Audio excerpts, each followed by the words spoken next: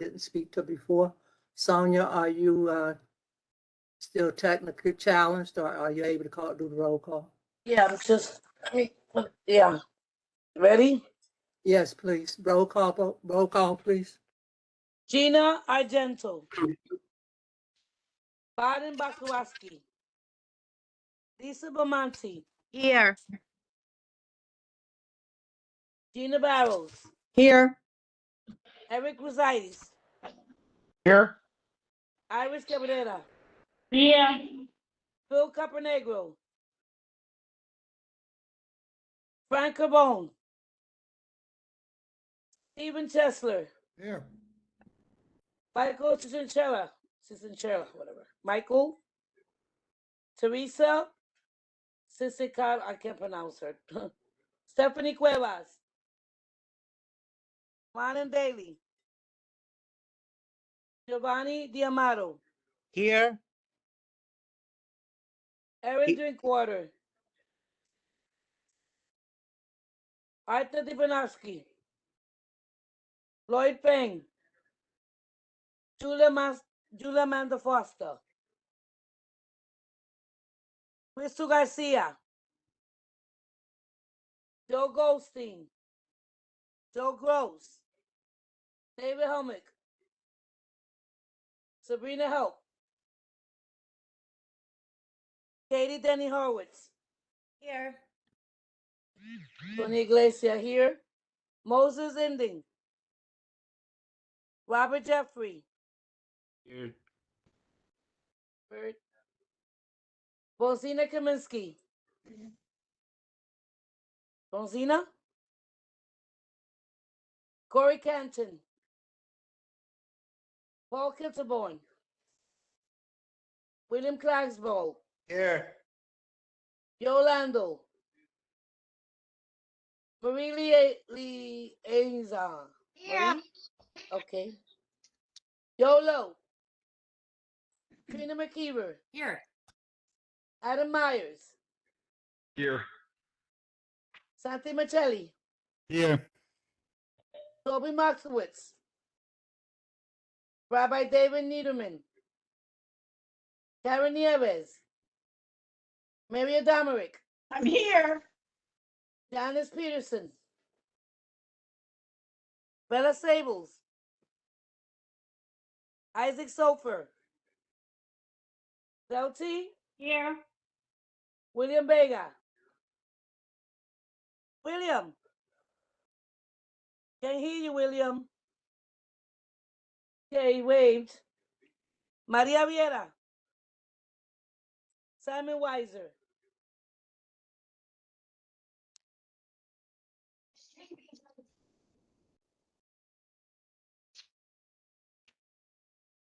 "19 members answer the call, Madam Chair."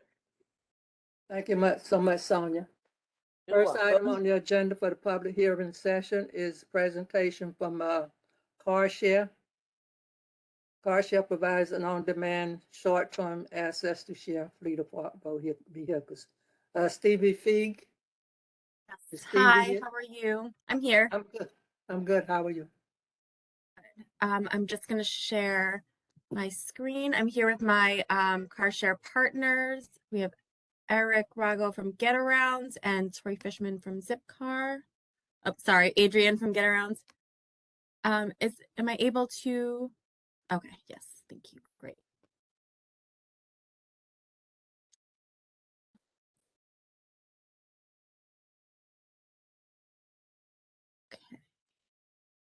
Okay. Can everyone see this? Yes, I can. Okay. Great. Yes. Great, thank you. So I am Stevie Feig. I'm with the Department of Transportation, and I'm just going to present a little background on CarShare and some statistics from our pilot program, and then talk about our permanent program. And then I'm going to turn it over to our CarShare partners so they can go over their site selected and their respective companies. So just a little bit of background about CarShare. Provides on-demand, short-term access to a shared fleet of vehicles.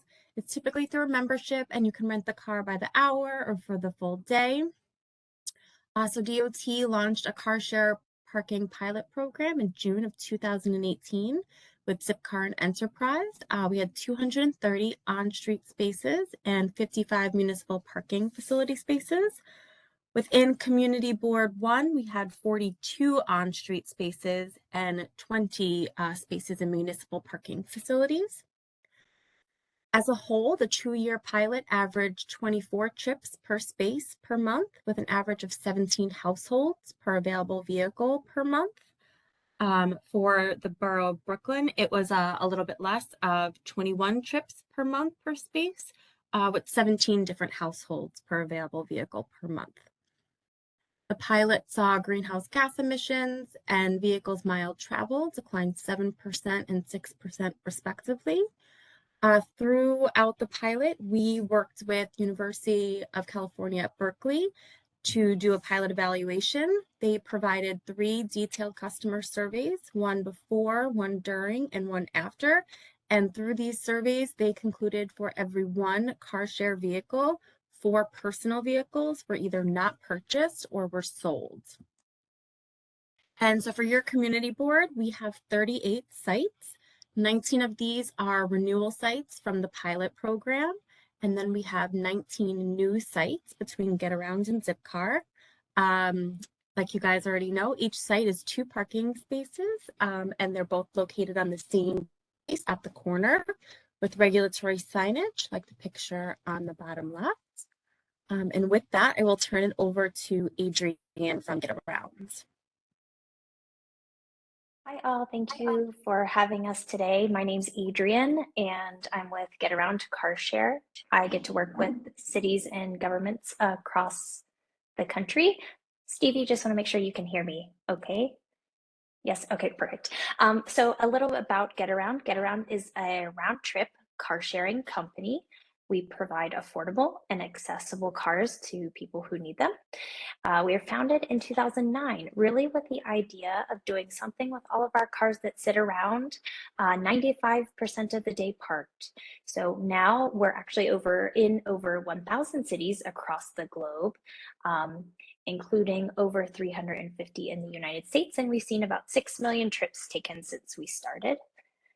We are quite different than a traditional car rental company. So GetAround is free to join. There's no membership fees, there's no monthly recurring fees, and your trips can be booked as little as 1 hour.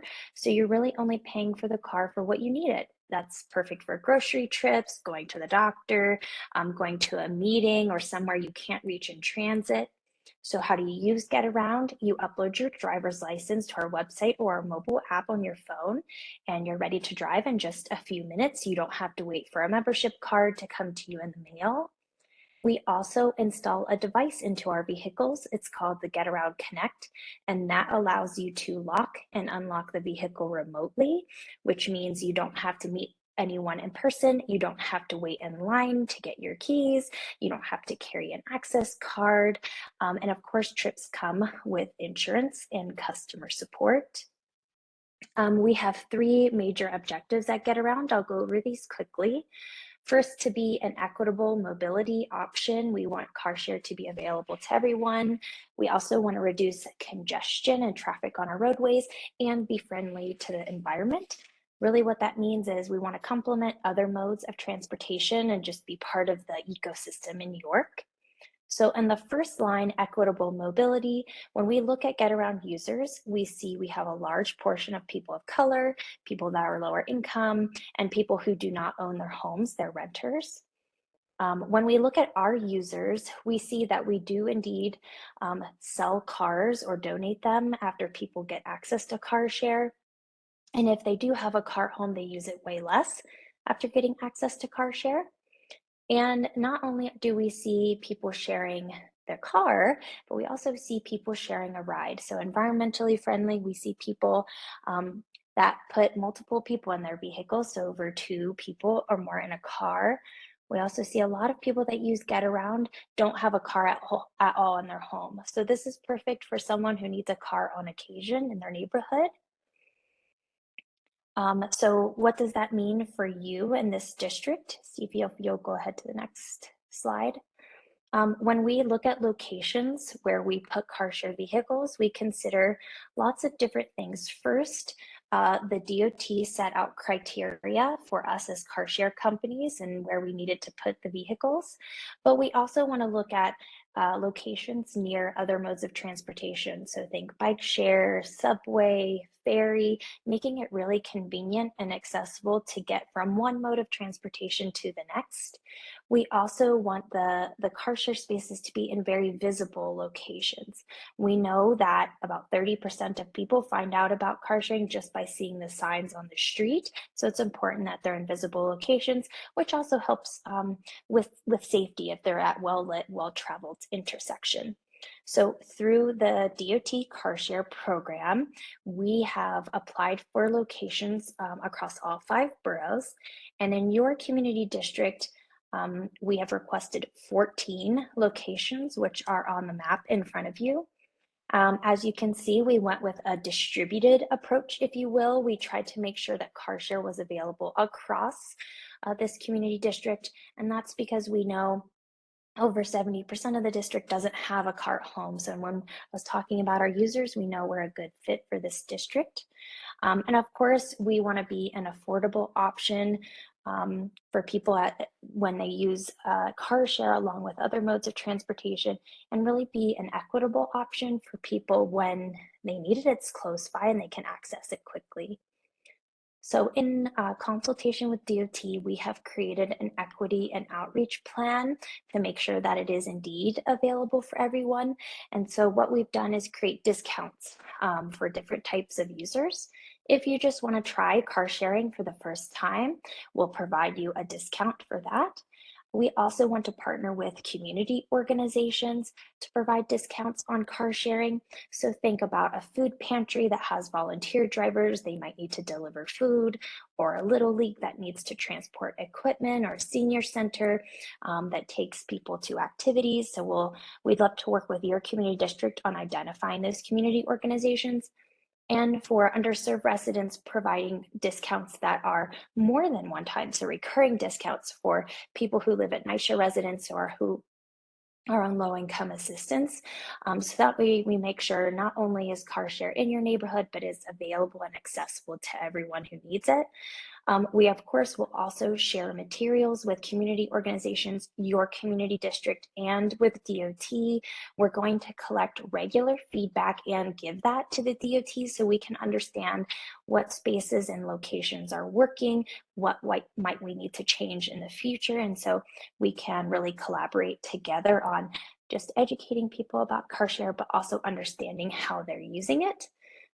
With that, I will turn it over, I think, to Tori at Zipcar. I can answer questions about Get Around, and Stevie can answer questions about DOT. Thank you. Adrian, and now Tori Fishman from Zipcar will present. Good evening, I'm Tori from Zipcar. I manage public policy and partnerships for Zipcar in the New York City area.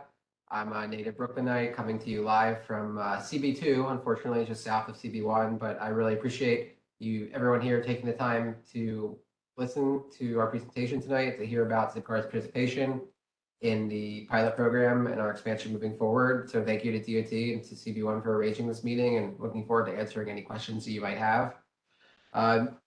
Zipcar has been in New York City for over 20 years. We've been partnering with the city for 10 of those. We have 2,500 vehicles in New York City, 60 different makes and models at 600 different locations, with 190,000 members across the 5 boroughs, 55,000 of those members right here in Brooklyn. In CB1, during the pilot program, we had 38 vehicles at 19 on-street sites. As Stevie mentioned, during the pilot, those vehicles saw somewhere around 21 trips per month. In the last 12 months, we've seen that each vehicle has seen over 30 trips per month. So that's at least one a day, if not more. And the average reservation time has been for on-street cars in CB1 has been approximately 9 hours and 60 miles. And so that tells us is the people are taking Zipcars and using car share for purpose-driven trips. They're using it to go out of town to visit friends and family. They're leaving the neighborhood, they're leaving Brooklyn, they're probably leaving the city altogether. They're running important errands, they're going on day trips. And All of that is really a product of our focus on enabling simple, sustainable, and responsible urban living. 85% of our New York City members do not own a car. 25% of them got rid of their car after joining Zipcar. 35% of them postponed buying or leasing a car after joining because of their Zipcar membership. And 34% of them would buy a car if Zipcar disappeared.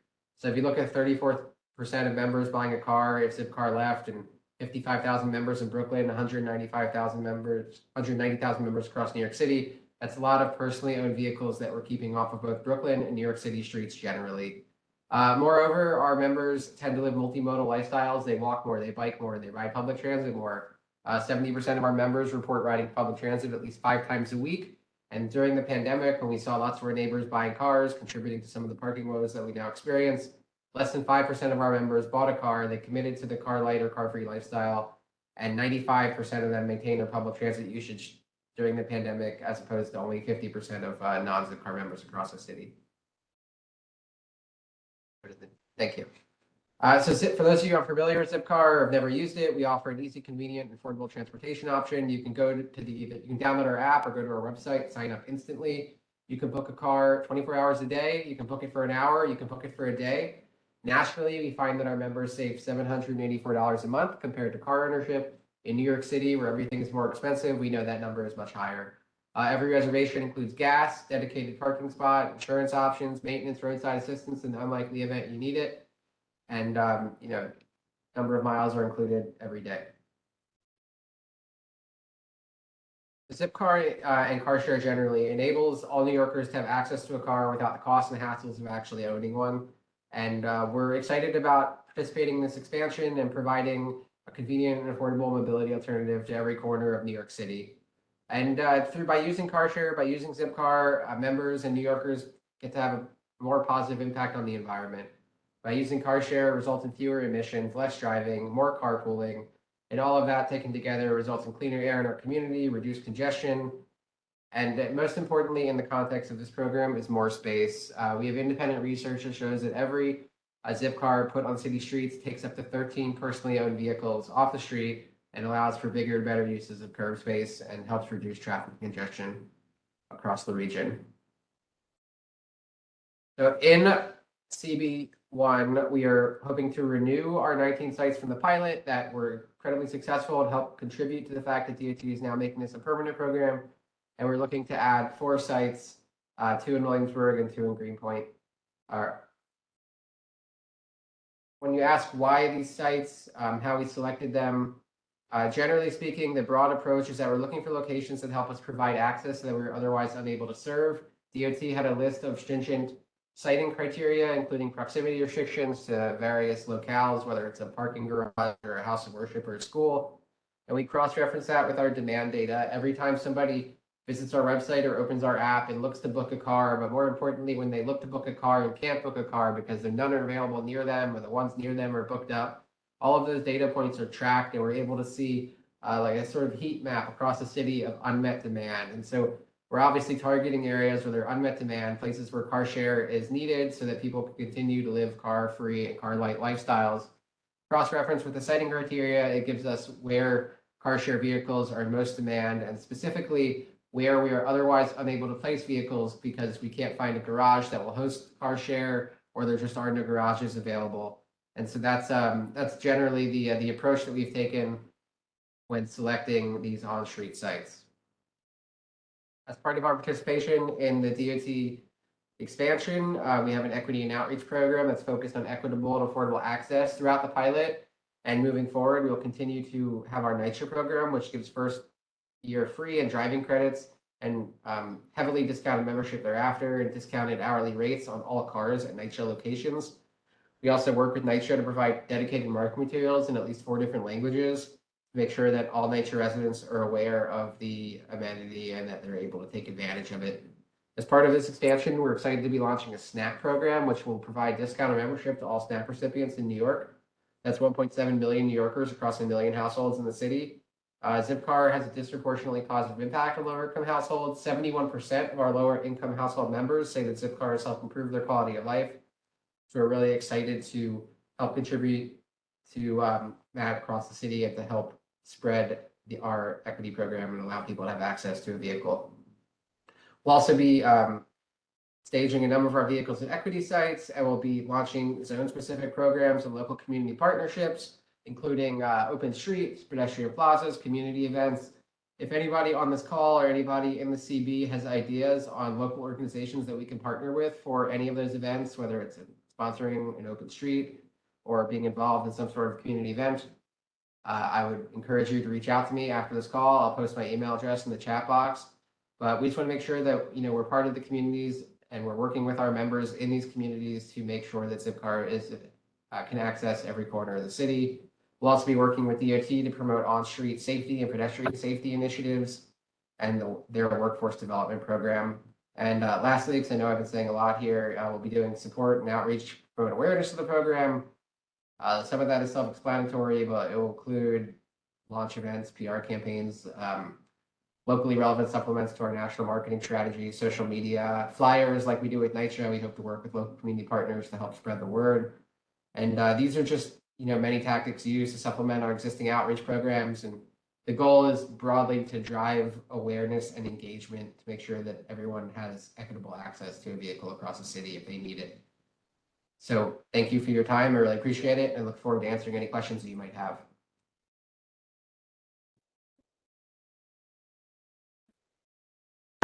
And this is a list of the new sites selected. And these are our renewals. And then open up to any questions, comments. Thank you, Stevie. Does anybody have any questions for any of the presenters? I do. Steve Chesler. Okay, Steve.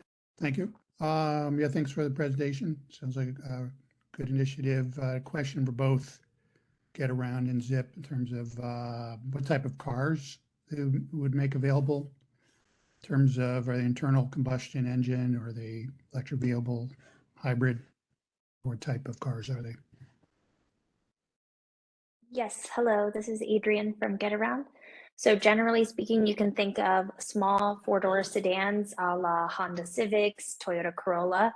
We do have a small but growing percentage of electric vehicles and hybrids on the platform, but the majority of the vehicles you'll see in this program are internal combustion engine, although efficient because we have pretty stringent types of vehicles we allow into Get Around as a platform.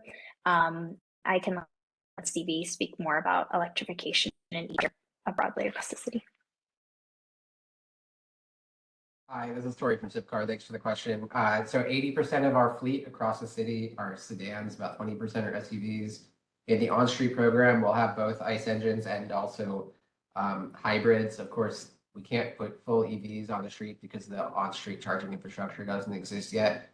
But in the future, when it does, we look forward to partnering with the city and with our partners across the city to place more EVs. I will say in the last quarter, Zipcar nationally has increased our EV fleet by over 10%, and we already have a large fleet allocation coming in for next year. I'm personally hoping to steer a lot of those to New York City, no pun intended, to get more EVs on the city streets here and take ICE engines off the road. So I hope that answers your question. Thank you. Thank you. I have a question to Madam Chair, Sante Micheli. I don't see your hand up. Katie? Thank you, Chair. I had a question about the partnership opportunities with the Open Streets community, which if you're familiar with this area is it's a very vibrant open street network. And so what did you foresee as the potential relationship with the Open Streets community?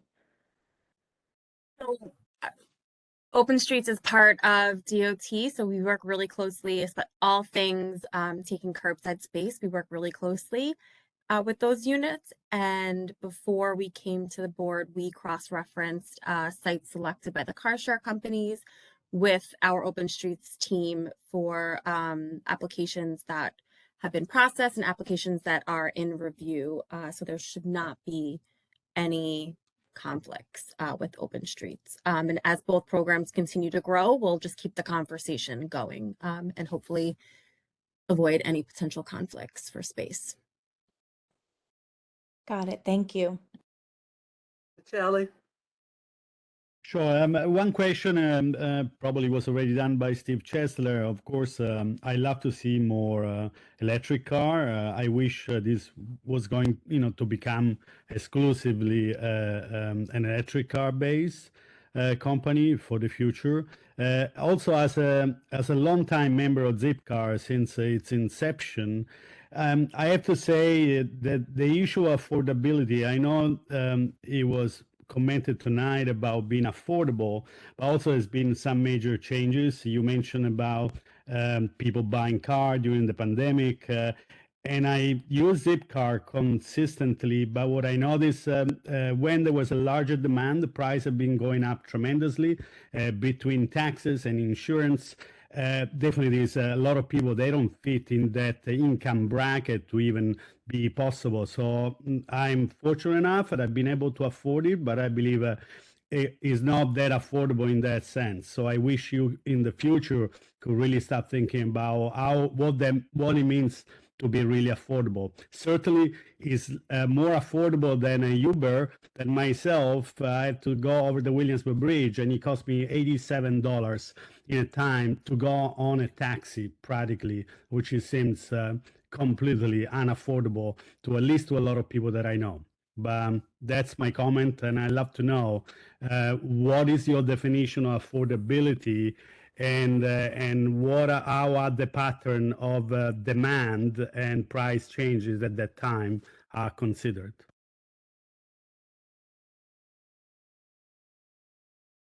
Thank you. We have a pricing team that monitors and issues any sort of pricing changes. I can say our pricing, while in the aggregate over time, of course, is subject to change. In the short term, we don't have any demand or airline or surge type pricing.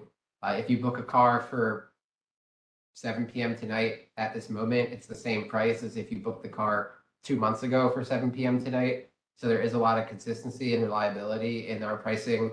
Obviously, in terms of price increases lately, there have been a lot of contributing factors to it, whether it's the price of gas or just the price of maintaining our fleet. But these things are always and constantly evaluated to make sure that the price is reflective of the cost of operating car share business. And even as costs go up or costs go down, reliably, what our members tell us is that using car share, using Zipcar, is still a substantial savings over the cost of car ownership. And so, we really hope that we can encourage more New Yorkers.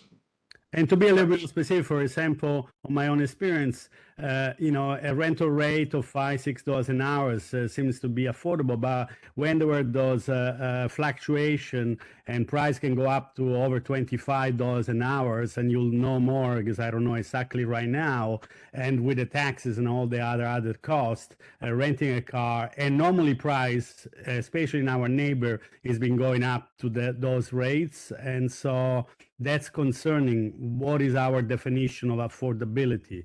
That's all. That's my final comment, but thank you.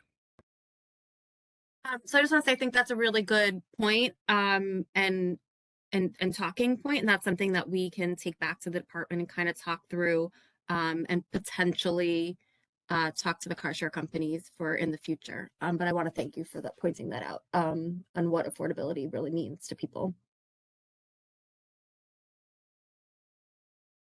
See my hand, Deb? Okay, I don't see it. Leanza? Yeah, I just have a question. I'm not, you have a, on the street from and to an address. What is that? And instead on the cars are on the west, south side or north side. What is that, figure? Can you explain that? Because I don't understand that. Of course. So these are the new sites selected. So the on street is the street that the car will be located on. And the from and to are between North, so it'll be between North 8th and between North 7th. And this is just the approximate address, and it'll be on the west side of the street. Yeah, I see one that says Power Street by Judge Street and Bushwick Avenue. That would be like one car that would take up a spot on that block? Each site is 2 spaces, so each site has 2 cars. My only problem is that between the rental bikes that take up a lot of the parking spaces. And now we're gonna have this, that's gonna take parking space. It's gonna give a lot of problems to the people that live in the community that have their own car. We have enough of trouble trying parking spaces. We have no garages. It's gonna be, to me, an imposition on a lot of people.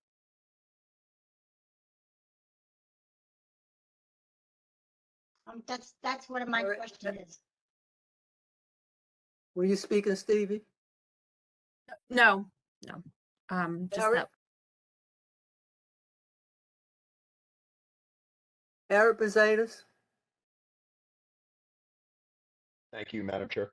You're welcome. Thank you for the presentation. I'm the chair of the Transportation Committee, and I will be asking you to come to the meeting next Thursday to unpack this issue a little bit fuller. But I wanted the full board to hear the plan before we took it to committee. And my main concern is following up on Marie's concern is about parking spaces. We've had the loss of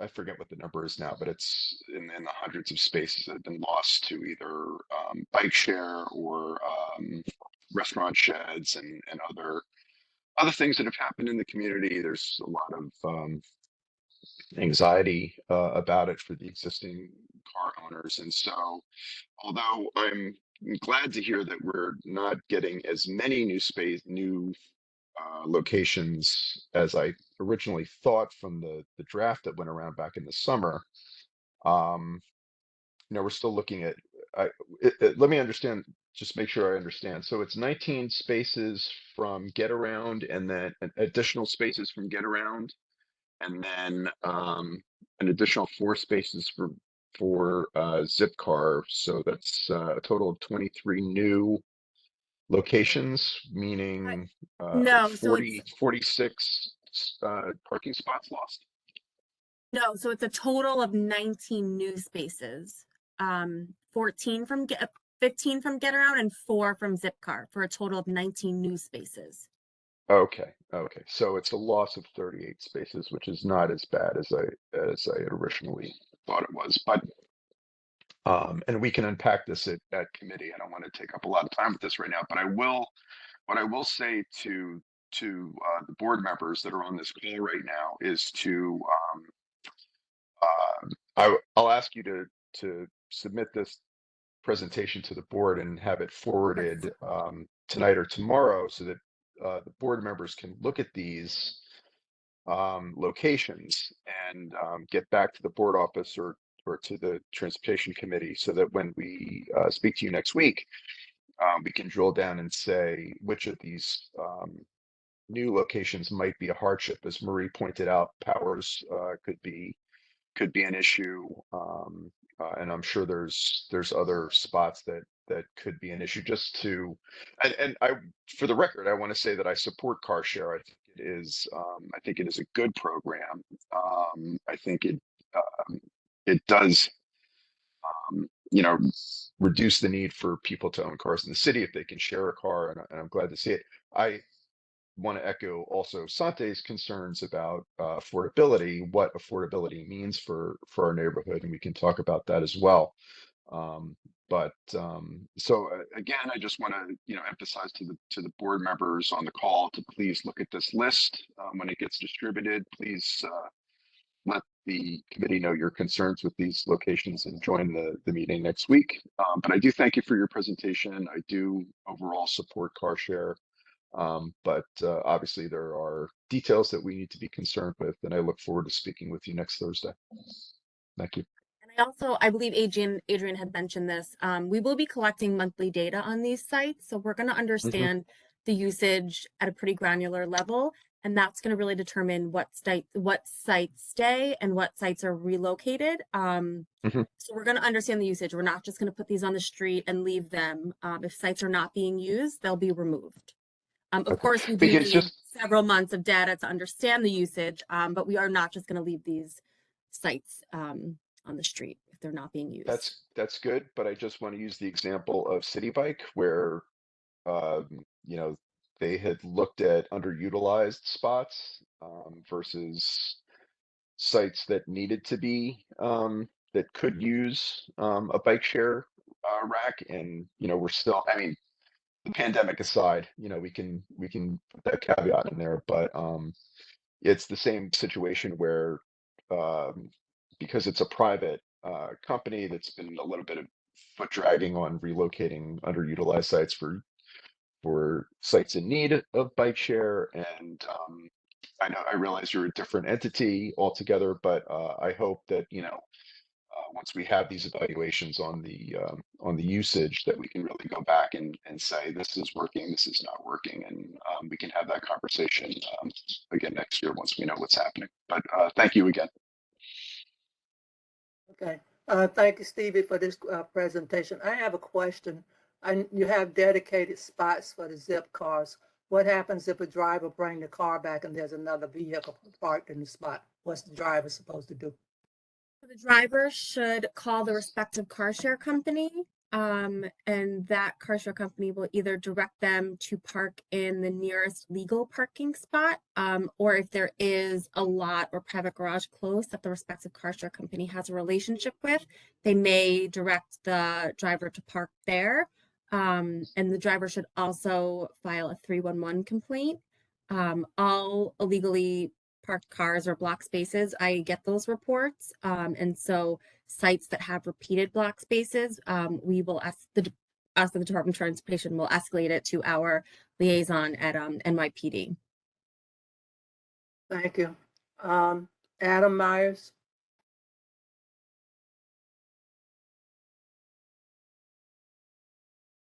Adam? Thank you, Madam Chair.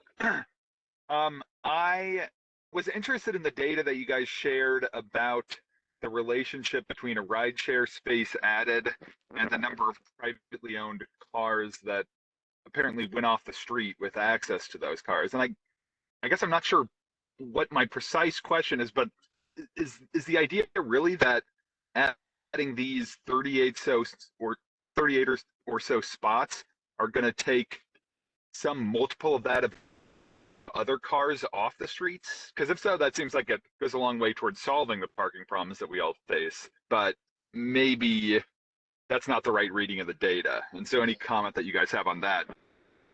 Of course. So I can speak to our Berkeley survey, and I can share that with the board as well. It's a much more complicated equation than I can explain on my own. So I really encourage everyone to read the evaluation. But we provided CarShare pilot members with 3 dedicated surveys, one before, one during, and one after, and that spoke to their CarShare habits, CarShare specific, and then their habits prior to joining CarShare. And so through those surveys, through all the numbers, Berkeley gleans that for every one CarShare vehicle on the road, up to 4 personal cars were either not purchased or sold. So it's really a combination. And from our pilot, we learned that one of these cars serves 17 different households. So that there's the potential really for people to sell their cars. Of course, people who are not using their car every single day for work and commuting purposes, but people perhaps who use it once or twice a week or on the weekends. Perhaps now with CarShare available close by, maybe they won't need to own their car. So that's what we learned from our Berkeley survey, our pilot, and that's the hope for expanding on CarShare, is providing alternative modes. Thank you, Stevie. Thank you, Adam. I see no more hands. Are there any other questions? Yes, Madam Chair, Sonia. Go ahead. Who performed the survey, and who did they survey? So we worked with the University of California at Berkeley, their research team, and they surveyed CarShare participants. Again, I can share that survey. I don't have the exact language on hand, but I can share that survey with the board so you can read the evaluation and understand.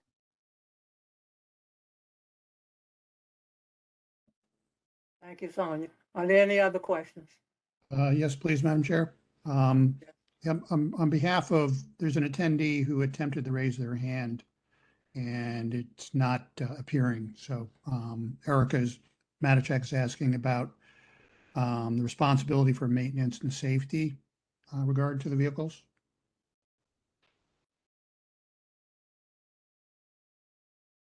You're muted, Stevie.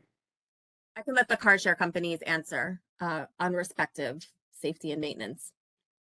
Hi, this is Tori from Zipcar. We have a like a robust operations team that goes out and inspects the vehicles several times per week. Additionally, every time a member returns a vehicle and rents it, they have a short survey on their phone to let us know about the condition of the vehicle, whether if there's a mechanical problem or if just the interior is dirty. All of that's reported to make sure our team can address it right away. And we do everything we can to provide the absolute best customer service experience possible. So if there is a maintenance vehicle, we take that vehicle out of service immediately and either get it fixed immediately or replace it with an operational vehicle while that other vehicle is out of service. This is Adrian, exactly the same as Tori here at Get Around. I'll also add that we as car share companies are responsible for cleaning around the space. So leaves, snow, that sort of thing, graffiti on sides, on signs. We'll take care of that as well. Okay, thank Okay, you. thank you very much for your presentation. Have a great holiday. Be safe, be healthy.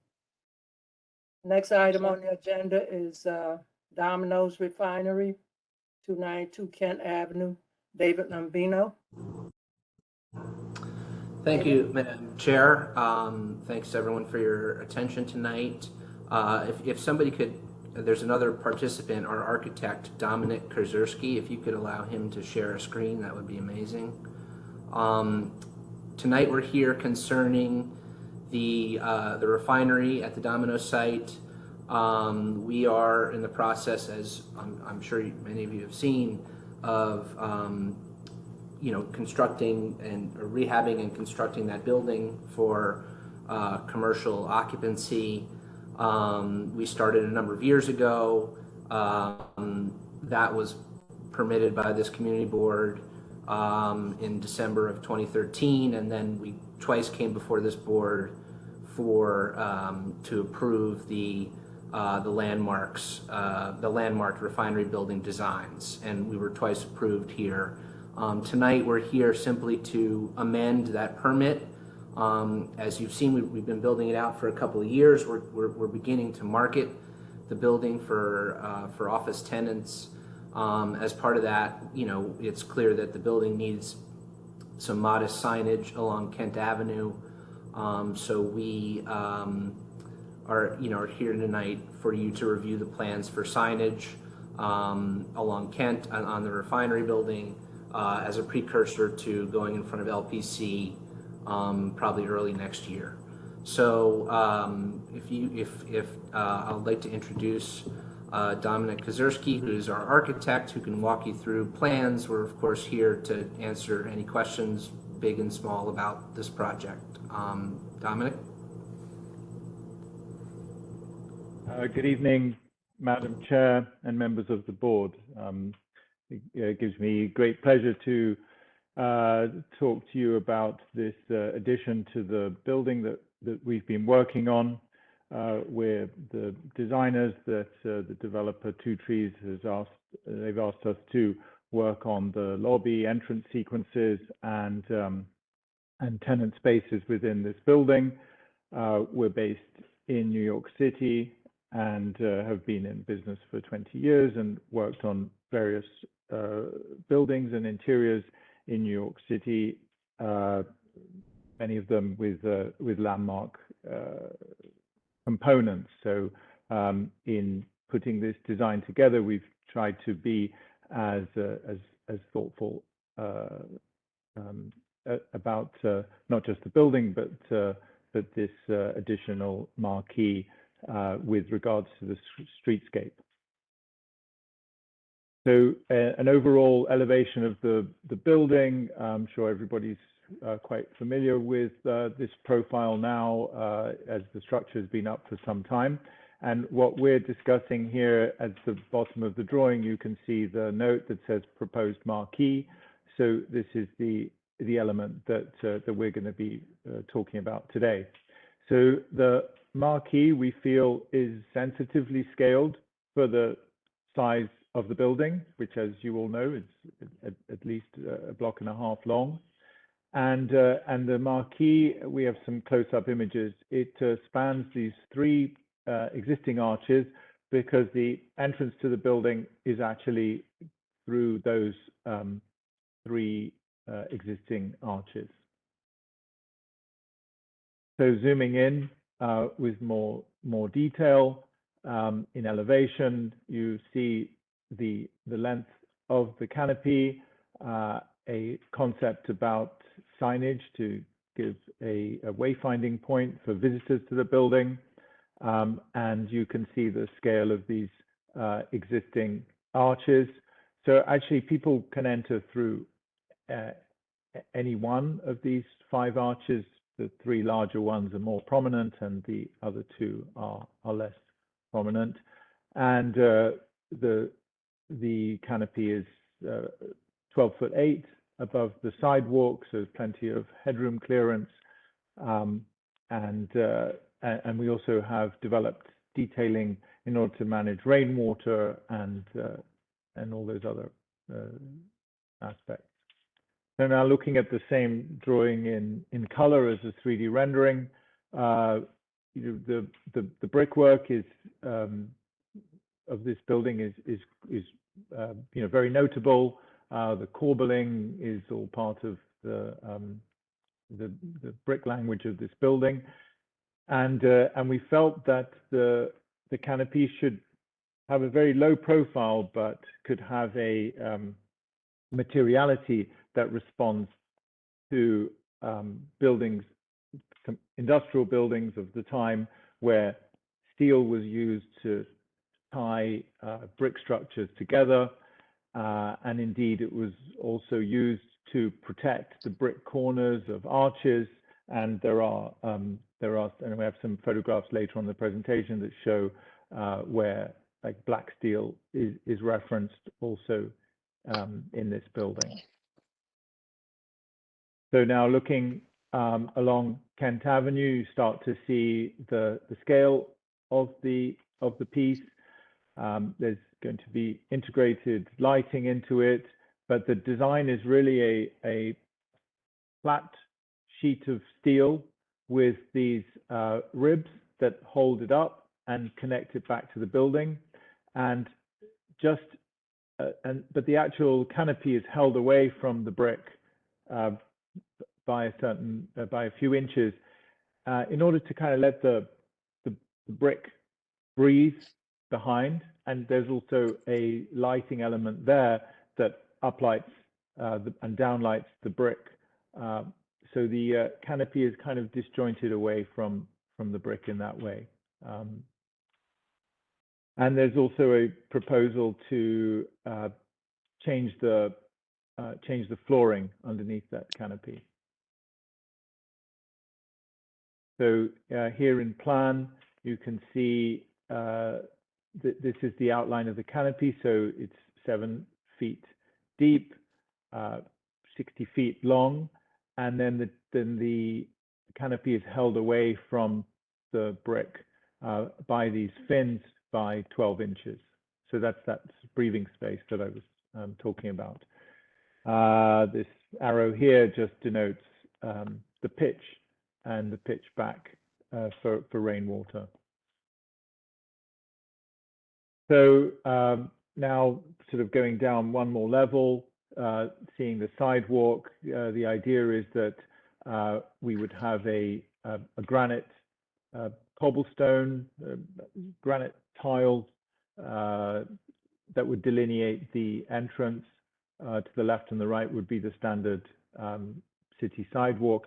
And the idea is, although not part of this meeting, is that this granite flooring would then continue into the building lobby. And now this is a plan looking down on the top of the the canopy. So you see the blackened steel, which again, is a traditional material used in certainly at the time when this building was built. It's a way of protecting steel from rust. There'll also be a anti-corrosive coating over the steel, so we don't expect any rusting issues. But the look of the steel will have this very authentic kind of aged patina, which we think is important as well, so that it doesn't so that it matches the patina of the brick and the overall sense of materiality of the building. So just a little bit going into the detailing, you see these metal fins that are holding up this plate of steel, and not to go too deep into it, but you can see the way that lighting has been incorporated in, and we're really showing this just to show the level of thought that's been put into this as an element. So drainage will be, water drained from the canopy will be passed back through the wall, and then water shed on the inside, and actually we're putting that rainwater into planters that we have on the lobby side of the building, just as a sort of a nice detail for that rainwater. So now looking at the real photograph, and this band here denotes the level of where the marquee will be. These are the existing arches. And then here in the center photograph, you can see that those plates of steel that are mounted on either side of the larger arches, which is part of the original fabric of the building, which were there to protect the brick from, and this was like also a blackened steel. So we'd be using that same language. And then lastly, just a little bit looking at some precedents. Some of these, I think actually both these projects are both the projects that went through the Landmarks Commission. In Dumbo, Empire Stores, again, the language of warehouse buildings and industrial buildings at the time, blackened steel, brick corbels, brick detailing, and then here at St. Anne's Warehouse, also on Water Street in Dumbo, you can see the ties that are tying the brick structure again together. Again, traditional detailing together with the shutters, all referencing back to industrial typology of the time. Thank you.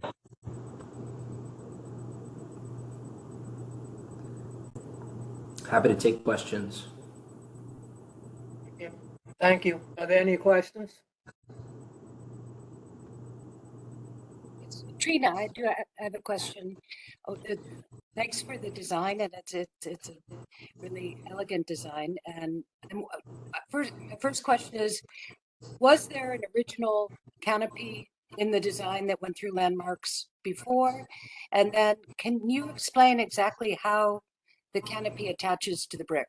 I didn't really get that. Sure, there was no marquee associated with the original LPC approval. That's why we need to amend the permit now.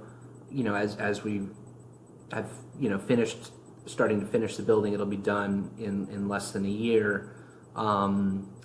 We moved to start marketing the office space. It was clear that we needed a marquee both to protect the entrance and designate the entrance and make it a destination for pedestrians, etc. So this is new, and then I'll let Dominic talk about the attachment to the building. So the idea of the attachment is that the the fins are welded to a steel plate, and the steel plate is bolted back to the brick structure.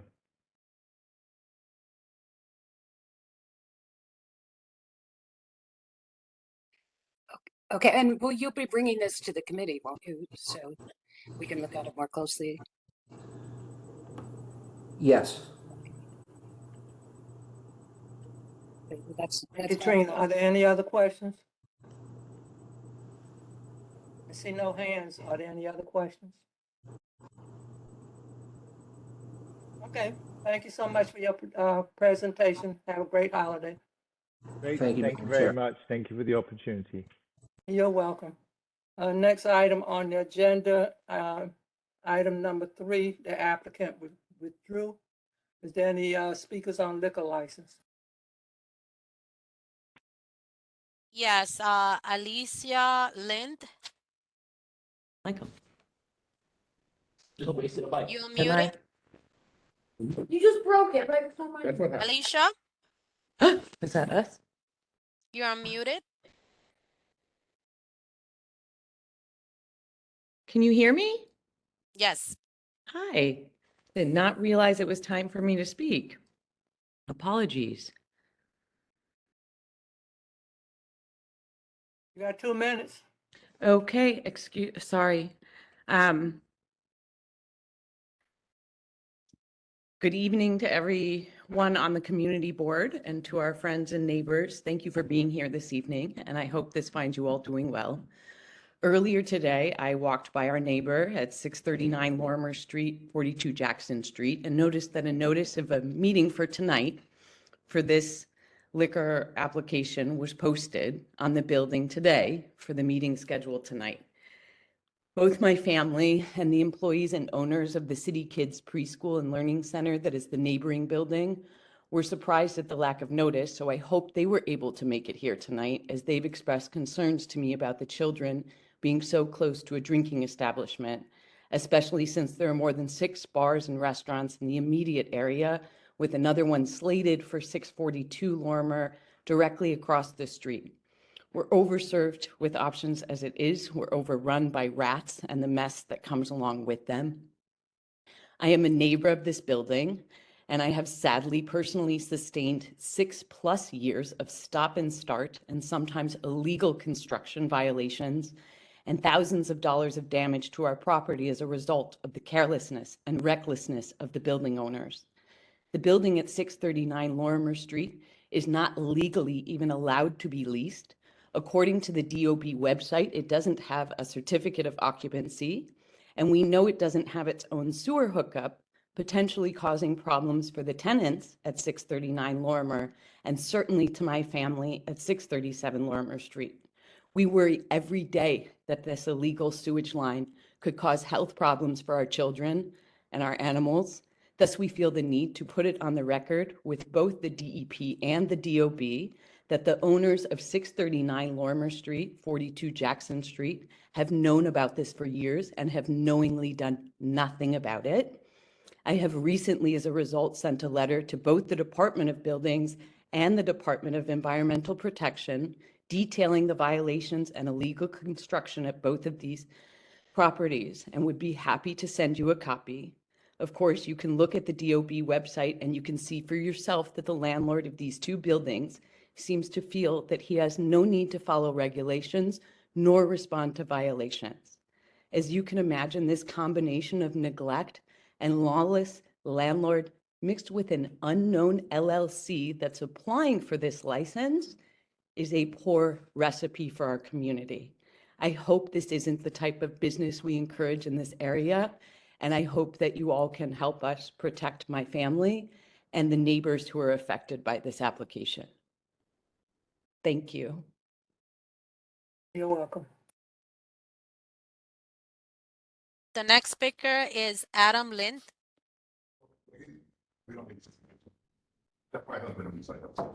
Adam Lind, you are muted.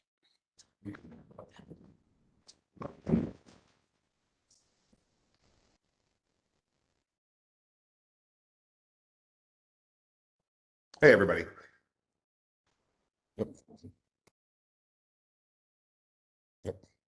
Hello? We can hear you.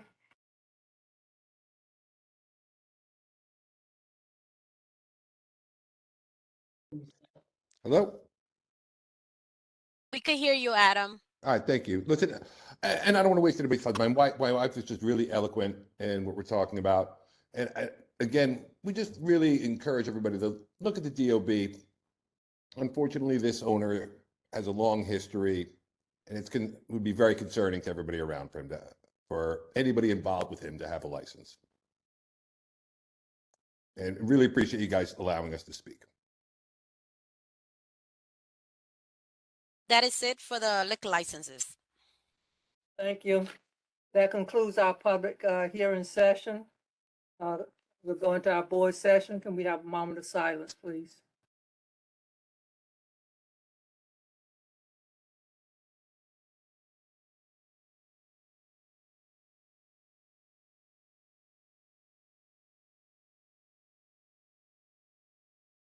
Thank you. Can I have roll call, please, Sonia?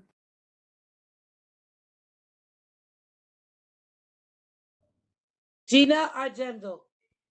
Gina Argento. Bottom Bakawaski. Lisa Bamonte. Here. Gina Barrows. Gina. Eric Rosades. Here. Iris Cabrera. Here. Bill Capernegro. Frank Carbone. Here. Steve Chesler. Here. Michael Chernchelli. Teresa Sincara. Stephanie Cuevas.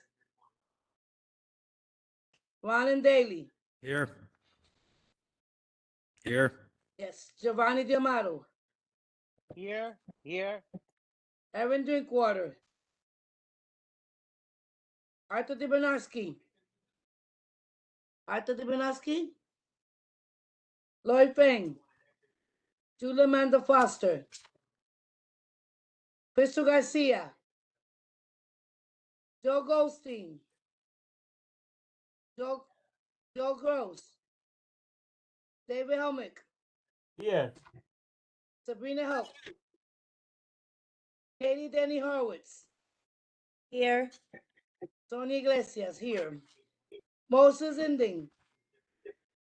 Robert Jeffrey. Here. Bosina Kaminsky. Bosina.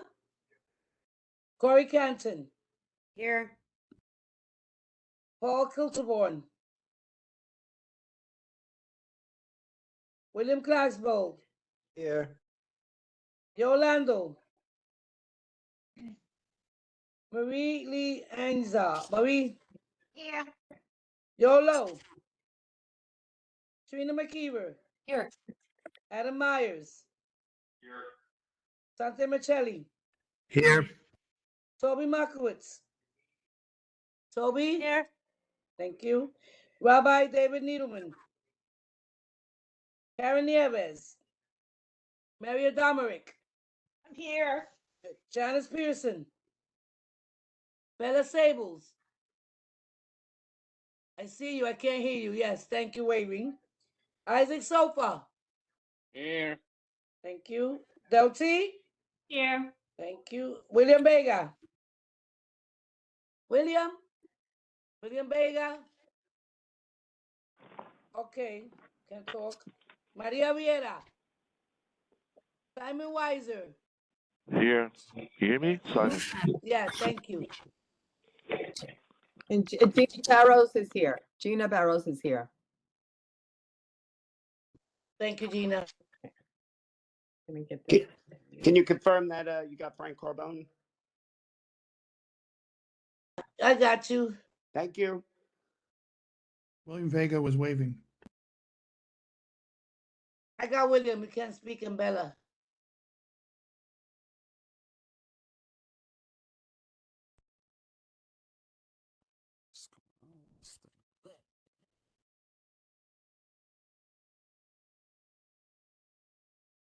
Madam Chair, 25 members answer the call.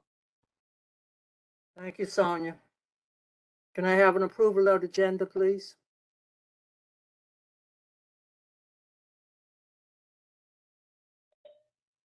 Can I have an approval of the agenda? Steve Sonia Chester, makes the motion. motion. Niederman, Sonia. approving. Sonia and William Vega. Can I Yeah, have you hear approval me? of the, can I have approval of the minutes, please?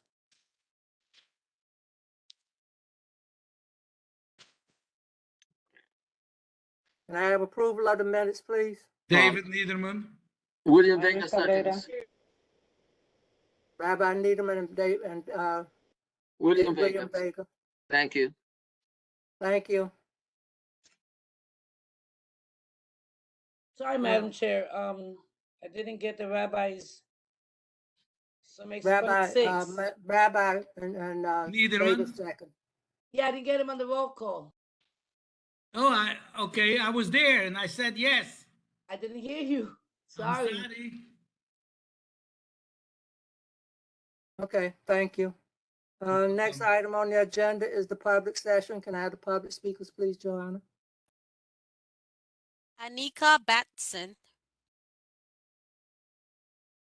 Anika Batson. Not present.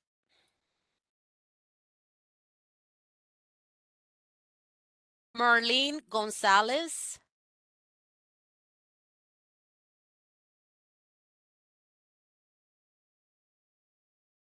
Not present. Jessica Holt.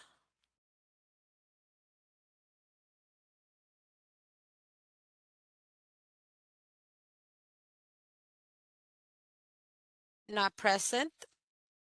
Next is Marianne Sakit.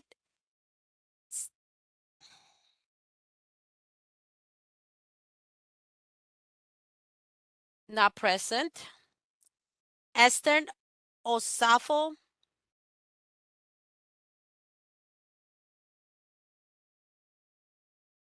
Not present. Prince Kabina. Prince, Present. you're unmuted. Yeah, present. Go ahead. Hi, good evening, everyone. My name is Prince Kobina, Meeting. outreach coordinator from the CCRB. I just wanted to share a brief overview of the CCRB to the community. So CCRB is a city agency, independent from the NYPD. So we investigate, mediates, and prosecute any allegations of the NYPD officers or members of the force. So just wanted to share that, just a brief of the overview of the CCRB because I don't have enough time to really get into it. I just want to let people know that we're here. We complete right now. We're taking complaints of a new jurisdiction, which is bias-based policing and racial profiling, because it's a new initiative that we added onto our jurisdiction to investigate regards to any type of misconduct. I will leave my info is pkobina, ccrb.nyc.gov, and that could be contact for anybody need any type of presentation or more information. Thank you, Madam Chair. You're welcome. Next speaker is Gisela Casanova.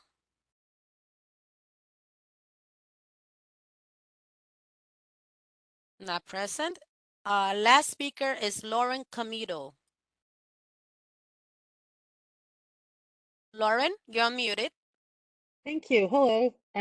So I'm Lauren Camito. Thank you for letting me speak here tonight. I really appreciate the opportunity to tell you about the stuff we've got going on at the Brooklyn Public Library and let you know about upcoming construction at the Leonard Library. So I'll start with the things we have going on system-wide. It's our 125th birthday this year at the Brooklyn Public Library. We've been the library for Brooklyn since before it was a borough. And we counted down our 125 most borrowed items. The most borrowed item the whole time we've existed is Maurice Sendak's Where the Wild Things Are. We have also opened up volunteer opportunities for reading coaches for children to help children ages 5 to 11 expand their vocabulary and reading comprehension skills. And for people who are interested, BPL's Adult Learning Center is partnering with SUNY Brooklyn Educational Opportunity Center to offer a virtual free 15-week intensive medical billing and e-records class for spring 2023. You can reach out to me at the library if you'd like to access that or have any questions about how to access that this spring. And then the thing that I'm really here to talk about is at the Leonard Library, we are going to be closing for 2 years, beginning at the end of December, to replace our HVAC system, repair the roof, and restore our historical ceiling. We have a lay light up under our terrible drop ceiling that we're excited to have revealed and available for the public to get light in the building again. And we're also, the staff particularly, all very excited to have air conditioning. But that is going to be a 2-year project, and we will be out in the community while we're closed. We're going to have the bookmobile service every other Thursday, beginning on February 2nd. And if you follow us on Facebook, we will be sharing where we'll be popping up in the neighborhood on our Facebook page. I'm happy to answer questions people might have if they need me to. And you can also find me at the library if you have any questions. Track me down and I'm happy to answer. Thank you, Lauren. Next item on the agenda is committee reports, board budget, Maria Vieira.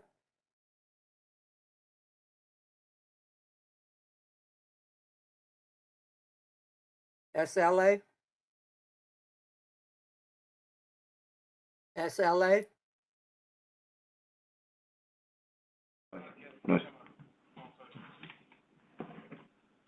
Environmental protection. Yes, thank you, Madam Chair.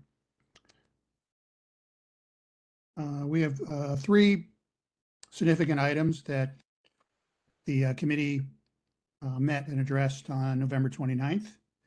We were one short of a quorum, so we had some consensus recommendations.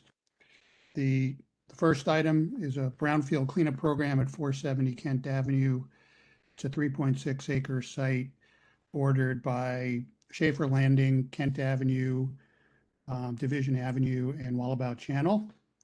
It at one point it was a manufactured gas plant site in the late 1800s. After that, it stored raw sugar. It was part of the Schaefer Brewing Complex, and more recently, it was certified lumber. The site has very small remnants of a contamination from the manufactured gas plant, which is good. There were some byproducts of that on the kind of near Wallabout Channel, but mostly it was laden with petroleum, some chlorinated solvents, and heavy metals in both the soil, the groundwater, soil, and soil vapor. So there's already interim remedial measures that are in progress. And so this final action work plan aims to finish excavating an enormous amount of soil from the site and dewatering. And then the plan is to build a 3-tower residential structure with a waterfront public access area along the channel. And so they have to do a cleanup. It's track 4, for restricted residential. And so, yeah, they're just going to remove an incredible amount of soil and dewater. And then the building will essentially serve as the cap. That type of remediation will also prove to serve the public access area, which won't have hardscape above it. There was a small, still kind of hotspot near Kent Avenue, National Grid, which acquired Brooklyn Union Gas, which owned the manufactured gas plant, is looking into that. The developer is the participant in the cleanup. And National Grid is involved in some shape or form, but that is not known to DEC. who gave the presentation by Gerald Pratt, who's the project manager. So essentially, you know, I think we covered all the bases. They're washing the trucks on site. And they didn't really give a timeline as far as completing the remediation, but everything, you know, seemed in order. You know, they are removing underground storage tanks. The building's already demolished. If there are remnants of contamination, they'll be using oxygen release compound to essentially break down remaining contaminants. There will be a waterproofing system below the building slab and the outside subgrade subwalls, site covers. And they're installing a new bulkhead along the channel to basically to stabilize the land and prevent off-site migration of contamination. And they'll do endpoint sampling afterwards, groundwater monitoring, and again, do more oxygen release compound treatment if there's a need. There's, you know, committee members asked about odor controls. Those are in place, hosing down, sprinklers. Wastewater will be released into the sewer system. Yeah, that was essentially, you know, the gist of it. Laura Hoffman, who's a non-board member of the committee, you know, is a longtime resident and huge in the, you know, environmental advocacy, noted that, you know, just the history of contamination and health issues in the neighborhood. So we approved a motion to submit a comment to DEC, which is due on December 10th, noting the past legacy of environmental health issues in the district. Developers and the agency must do its best to protect people's health. So I need a motion and a vote on that.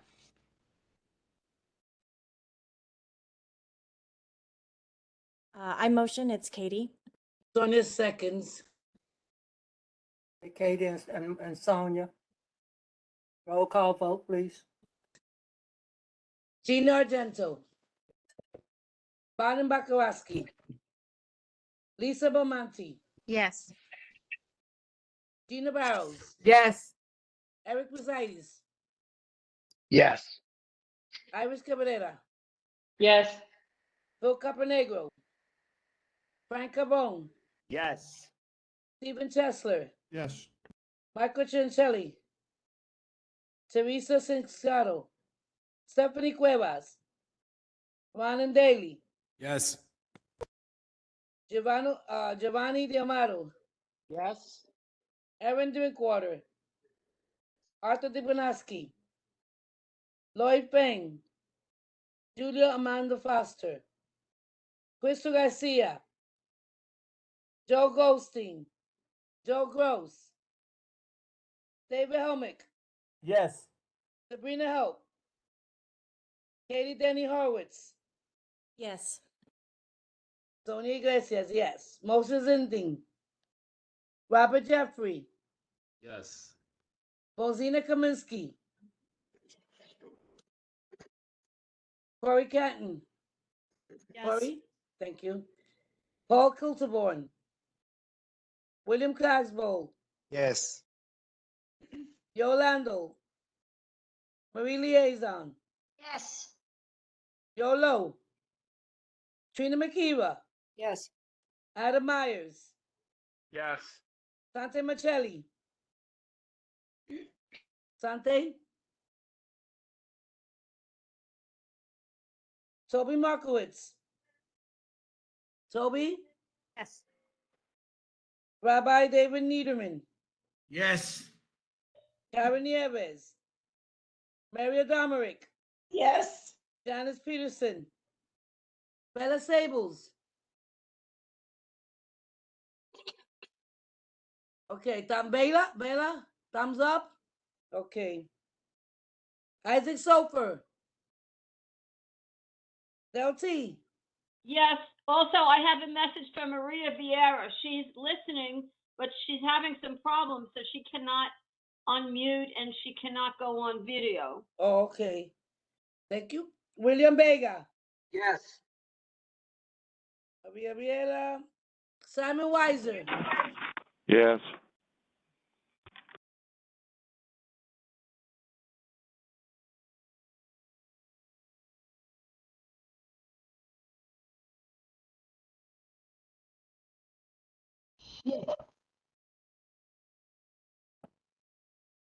My vote is yes, Del. Oh, you're on. We can hear you. Oh, okay, great. Thank you, Maria. Thank you.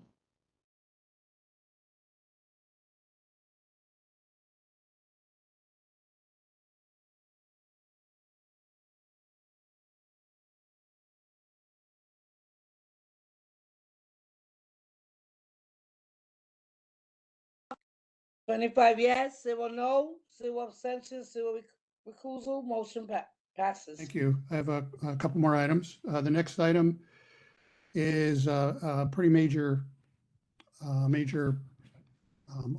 situation. We had a presentation from project manager from the U.S. Army Corps of Engineers related to their New York, New Jersey Harbor and tributaries coastal storm risk management feasibility study draft. Essentially, for 2 years, the Corps, along with New York State Department of Environmental Conservation, New Jersey's equivalent agency, Department of State of New York, and the city Department of Climate and Environmental Justice, but studying the effects of Hurricane Sandy and just anticipating what future major storm events and storm surge impacts might be. And so they've come up with, they originally had a major plan of installing these massive gates across the major waterways, like the beginning of New York Harbor and other places, and decided that maybe it's not as feasible as utilizing smaller storm surge gates and tie-in technology. So they offered 5 alternative plans to that. They're leaning towards Plan 3B, which is mostly the storm surge gates and tie-in technology, tie-in infrastructure, which is seawalls, flood walls and levees, and berms that will tie into that. And the one that they're leaning towards is in the middle in terms of cost and a little bit above the median in terms of percentage of benefit. The one with the highest benefit is double the cost. And this one is projected to cost $76 billion and take decades to build. The reason we asked them to come into the committee is because one of the target areas is Newtown Creek. They're proposing building a 170-foot wide storm surge gate across the creek that'll rise 17 feet out of the water. And during storm surges, like a Hurricane Sandy type event, they'll close the gate. And then what happens with this type of infrastructure, it'll cause what's called induction flooding, sort of like collateral damage, so to speak. So they build in tie-in structure to kind of mitigate those issues. So what they're proposing is building seawalls and levees basically go along the creek, up into Newtown Barge Park, across the park, down DuPont Street, a 17-foot wall coming out of the water from DuPont all the way down to Kent Street, and then they'll have a seawall, and then a flood wall go up Kent, a levee going across Transmitter Park, and then another flood wall going all the way up Greenpoint Avenue, beyond West Street to Franklin Street. To say that is drastic and alarming is an understatement. And we essentially, the deadline for making comments for this proposal for the entire New York area is January 6th, which is very tight because obviously the consequences of what happens here are incredible. In the discussion that ensued, committee members emphasized that, Newtown Creek is probably the most polluted waterway in the United States in terms of just the sewage pollution and the chemical pollution. And so during Hurricane Sandy, Greenpoint was inundated with that water. And so they're emphasizing in reducing that flooding. But the other side of it is, though, we're losing, it's creating an oppressive situation in the parks, which we fought so hard, and the waterfront public access areas that are going in front of the private developments. And also, there were community members wondering, so why doesn't the infrastructure go further down Greenpoint, beyond Greenpoint Avenue, down to Bushwick Inlet? where there was enormous flooding from the inlet throughout, that part of Greenpoint. And the project manager, his name was Bryce Weissmiller, cited cost. That would just be enormous cost to do that. Another community member, Catherine Thompson, said, well, what about, managed retreat? He said that would cost hundreds of billions of dollars, maybe more, trillions to do that.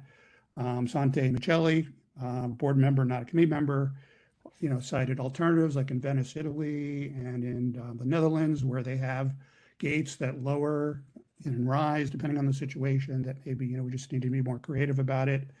And so I urge you to look at the committee report. There are a lot of attachments. In the actual report itself are slides isolated with the maps. They are Google satellite images of the land, and you can see the outline of where this tie-in infrastructure will go.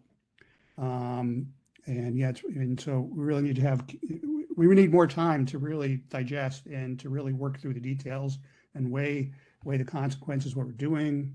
And we weren't provided any details of what these infrastructure will look like off the shoreline, within these parks, up these streets, and then what happens to the properties that have these structures conceivably in front of them. So the overwhelming consensus was this is not enough time. And the Army Corps said that they are considering extending the deadline 2 months, which we would welcome. We put forth a motion to request that the deadline be extended. And I don't know what the proper process is, but I would like to offer that we note that the extension should be at least 6 months. I feel like that is a proper window at which to further study, and that we urge our elected officials from the city level, state level, and most certainly our federal level, Nydia Velázquez and Senator Chuck Schumer, intervene in our behalf to get this extension. So I need a motion and a vote to approve this comment and request to the Army Corps of Engineers. Sorry. Put in a motion to request 6 months Can you extension. guys, excuse me, May can I you give me a ask a minute? question? What Yeah, was the also, motion? please, if you have questions. No, excuse me, I just want to know the motion, exact wording of the motion. To request an extension in the comment deadline for the storm risk management plan 6 months, and to urge our elected officials from the city, state, and federal level to intervene in our behalf to push for this request. Steve, I have a question, if Madam Chair, if I'm allowed to. Yes. Now, Steve, in this request, are we asking for the possibility of additional study for design that have less impact on our environment? As we mentioned, you mentioned, thank you, the MOS in Venice. They will not stand 17 feet tall and will not have the same impact, permanent impact. I know these are big shortcuts, and thank you for organizing the meeting. I also discover that they don't have a great history of being very successful. They propose all this type of intervention. They can have impact on 50 years, but they don't have the history. And I believe my question at night about the MOS in Venice, which is it's a more advanced, I know it's a cost, but I believe this is our environment, and I believe it's something. So I was wondering, is this motion including asking them to do other additional study? Cost is not. Well, I think the idea is to give us more time to formulate, the detailed questions, and allow for the board to do it and the committee to do its research, including what you just mentioned.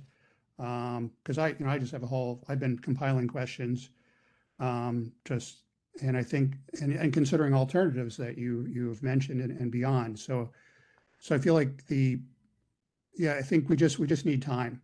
And so that's why I feel like if we get the time, then we can take a deep dive into, what you've mentioned. Thank you, Steve. And also, As a general comment for everybody, so my invitation is to get involved because something serious. It seems the one who will be probably protected, as Steve mentioned. It will be the development who should never have been there on that scale.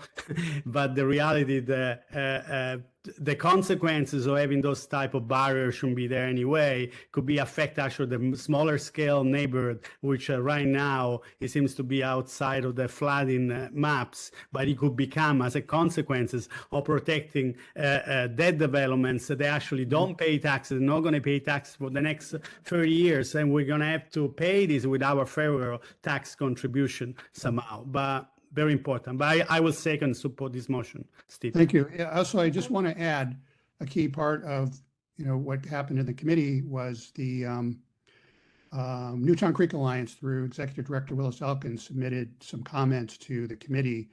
One of the real worries is when that gate closes on Newtown Creek, what happens to all the sewage? Because as you know, during a rainstorm, just a little bit of rain, the sewage access to the treatment plant over the other side of McGinnis rediverts all the sewage to the waterways. It's just dumping raw sewage, and there are 13 of the CSO outlets in the Newtown Creek, 4 of the most, the biggest volume in the entire city.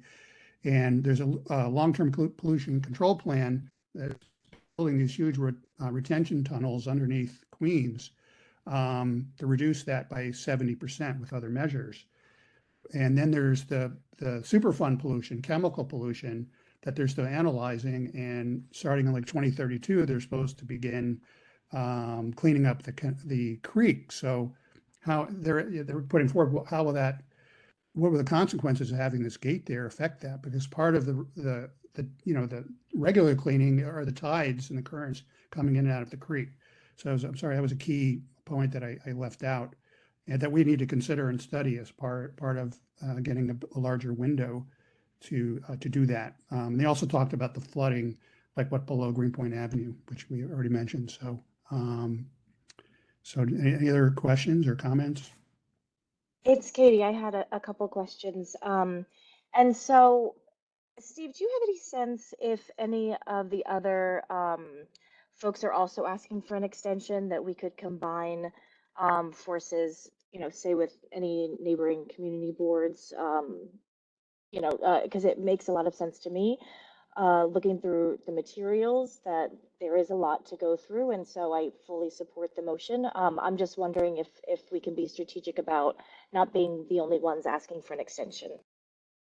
That's a good question. I mean, I don't know what's going on with CB1 in Queens, because they lost, they had a prominent member of the Newtown Creek CAG, and he moved out of state. So I don't know if, they're privy to what's going on there. They have a park conservancy over there that'll, in that park, Hunters Point South and Gantry Plaza will build the same wall going down their shoreline there. I was on a call with Rebuild by Design with representatives from all over the city, and that was a common concern was the small amount of time, and so yes, I mean, I think strength in numbers. I just don't know how we would combine that. I mean, that's maybe where our elected representatives, especially our federal, can pool the question, this request citywide from New Jersey. That makes sense. And I guess, Willis, do you mind, can I ask one more question, or William? Sorry, if there is an extension that's granted, Steve, how do you see this process for feedback working with this community board? And then you can have it, William. That's a good question. I mean, beyond having a monthly meeting, say for a few months, do we need to have like a task force or just more frequent meetings for a few months to compile the concerns and questions and a real detailed comment? And I don't know if activity will happen outside the board. I personally contacted Assembly Member Gallagher and Councilmember Ressler's offices to figure out how we can mobilize the community around this. So maybe there's a way that process can be, kind of brought into the community board. But it's something we need to, I think about how we want to attack this, assuming we get the bigger window. Thank you. Yeah. Hi, William. Steve, may I speak? Thank you. I just want to know, on the survey they gave to that same workshop that we've all attended, I recommended that they help us to facilitate connection with other community boards that are impacted.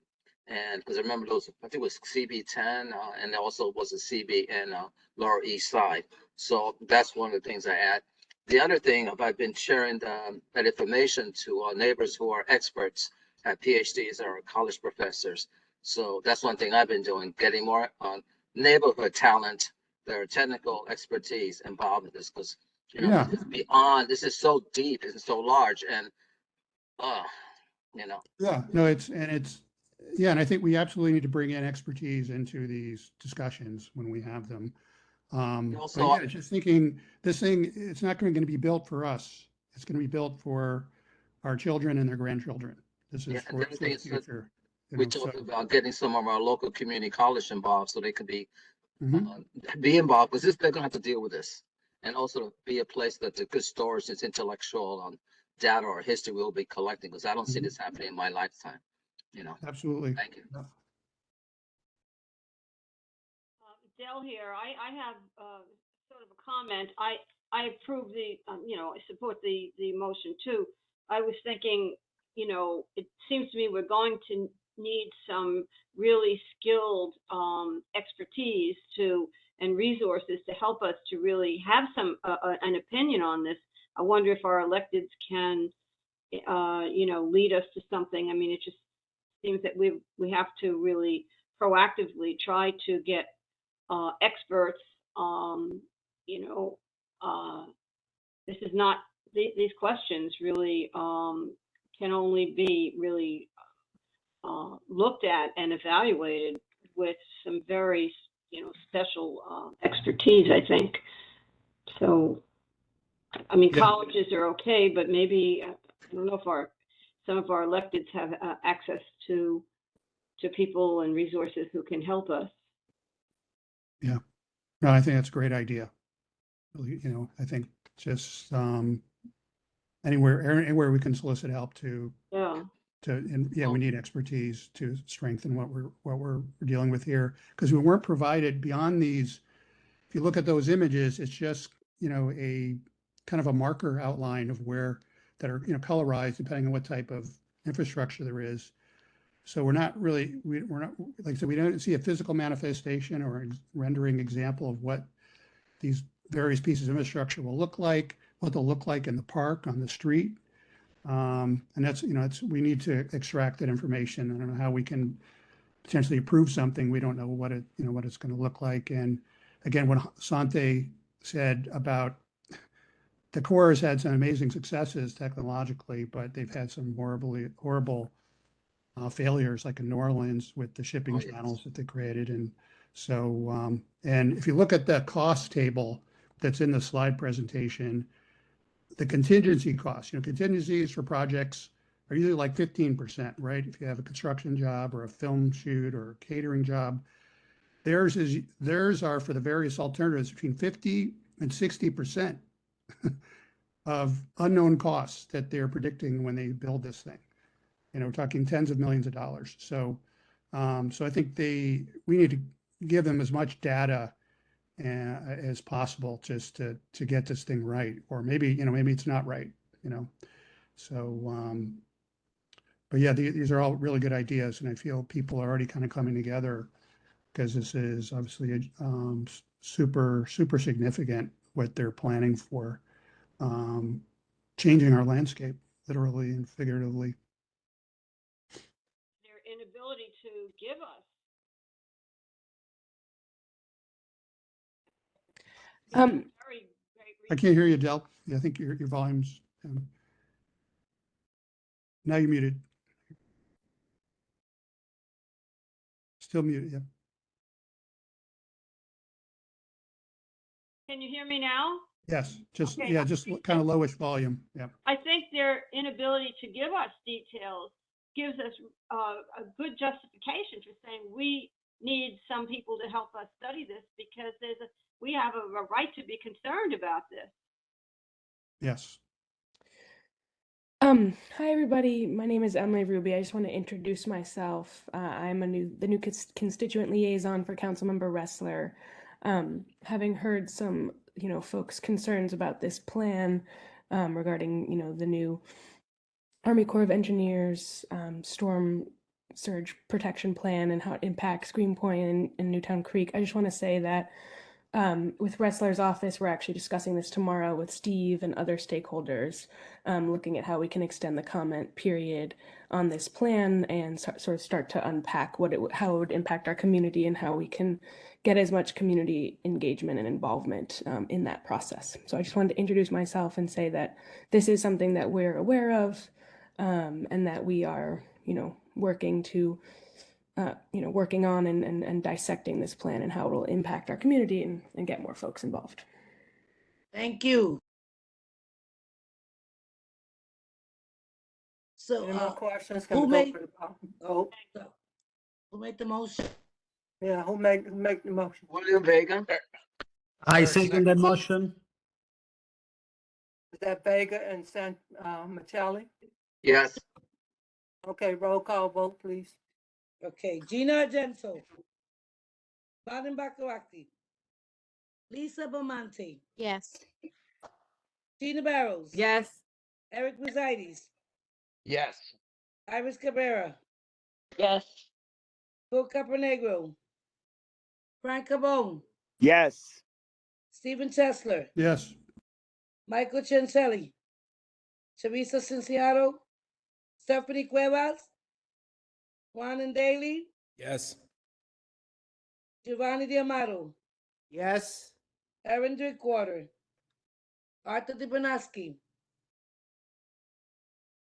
Lloyd Fink. Julia Amanda Foster. Mr. Garcia. Joe Goldstein. Joe Gross. David Helmick. Yes. Sabrina Help. Katie Denny Horowitz. Yes. Katie. Sonny Iglesias, yes. Moses Zinding. Robert Jeffrey. Yes. Mozina Kaminsky. Corey Canton. Yes. Paul Kulterborn. William Glasgow. Yes. Yolando. Marie Lieza. Yes. Yolo. Trina McKeever. Yes. Adam Myers. Yes. Sante Marcelli. Sante. Yes. Thank you. Toby Markowitz. Rabbi David Niederman. Yes. Karen Nieves. Maria Domerick. Yes. Dennis Peterson. Bella Sables. Bella. Thumbs up, Bella. Okay. Isaac Sofa. Yes. Del T. Yes. William Vega. Yes. Maria Viera. Maria. Lost you, Maria. Oh. Simon Weiser. Simon. Well, Simon too.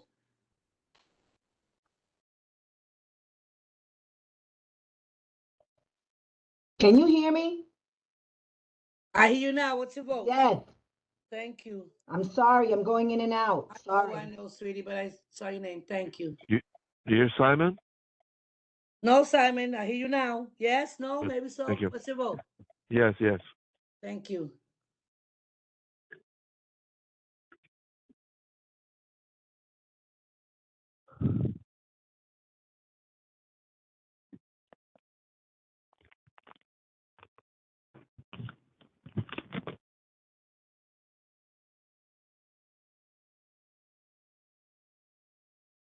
$26 yes, 0 no, 0 abstentions, 0 recusal. Motion carries. Great. Thank you, everyone. Okay, one more item. Thank you.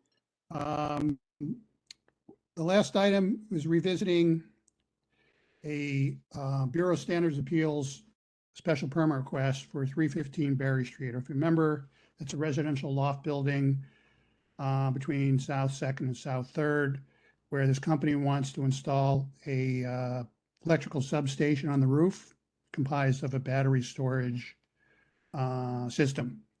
And based on recommendations from a joint land use committee and environmental protection committee meeting, where we had huge concerns about safety, about the integrity of the building, whether it can withstand the load of the system, and a breakdown in communication between tenants, the landlord, and Microgrid Networks, who wants to install the system. The board basically voted against the permit. And that was in 2021. So recently, the board was forwarded a revised application from the attorneys related to this, as they've been involved in ongoing hearings with the BSA, who I watched some of them, and their concerns were even amplified in terms of what we had concerns, especially the safety element. And so after we received this revised application from the lawyers, tenants, residents in the building started sending us concerns and testimony. And so they attended the meeting, and they, about half a dozen of them just spoke. Some have lived there for over 20 years. And, the key thing that's come up, and, after our vote last year, was there have been major fires at facilities that have these battery storage systems. There was one in Arizona a couple of years ago where 4 firefighters were injured upon entering the facility because of outgassing and thermal runaway from these lithium-ion batteries, which, the similar batteries that you see in mobile devices like e-bikes and laptops and hoverboards, et cetera. And I don't know if you've seen news reports, but there have been hundreds of fires started by these batteries in these vehicles, and around 200 of them have been in buildings, starting building fires. Now, the Microgrid Network's using a different system, but still it's troublesome. And then there was another fire in Arizona, similar situation. It took 5 days to extinguish the blaze. And then in China, last year in Beijing, on a department store roof, there was a fire that killed 2 firefighters, and it used a similar chemical composition to what Microgrid is planning for 315 Berry. But I saw, in some deliberations, they're claiming their technology is still different from that. Still, it's just major concerns. The fire department issued a new letter of no objections, basically citing that they have better access to the roof, and that the DOB basically certified the building as able to withstand the load of this system. But it's quite evident that extinguishing these types of fires seems very challenging. It requires an enormous amount of water. It's been estimated the amount of water they would need to put out a fire on this roof would probably collapse the roof. And you can utilize a dry extinguishing type of compound, but that has to be manually initiated. It isn't automatically triggered like a sprinkler system. So just hearing, tenants' written testimony emphasizing this, because what also has come out from them, they provided some video clips from hearings from the BSA, is that the BSA has a new chair who's taken over from the previous one, who was leading, the issues, these prime issues. There's a shift. They've shifted more towards worrying about the zoning, and whether there's reason, weighing the benefits of safety and compatibility, in terms of use groups and et cetera. And that safety concerns really should be taken up by other agencies. So they're kind of, taking a different approach, kind of kicking the can, so to speak. And so and I think our committee found that to be alarming, along with these residents.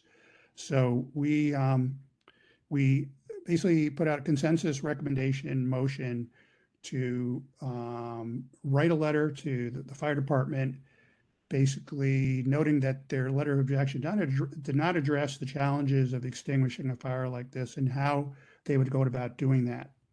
And then we want to forward this letter to the BSA as testimony, urging them to consider, you must consider the safety issues in terms of you're going to value essentially, property value. And yeah, I mean, this would potentially be a huge step technologically in terms of climate change, adapting to climate change, because it would basically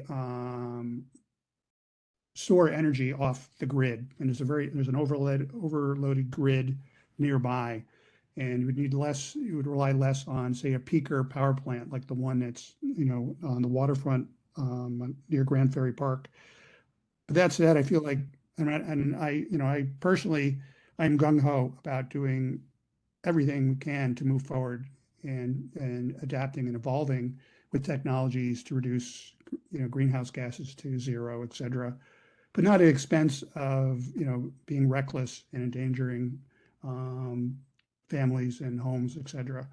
So the committee felt strongly, we had a unanimous vote yes to write these two letters, one to the fire department requesting they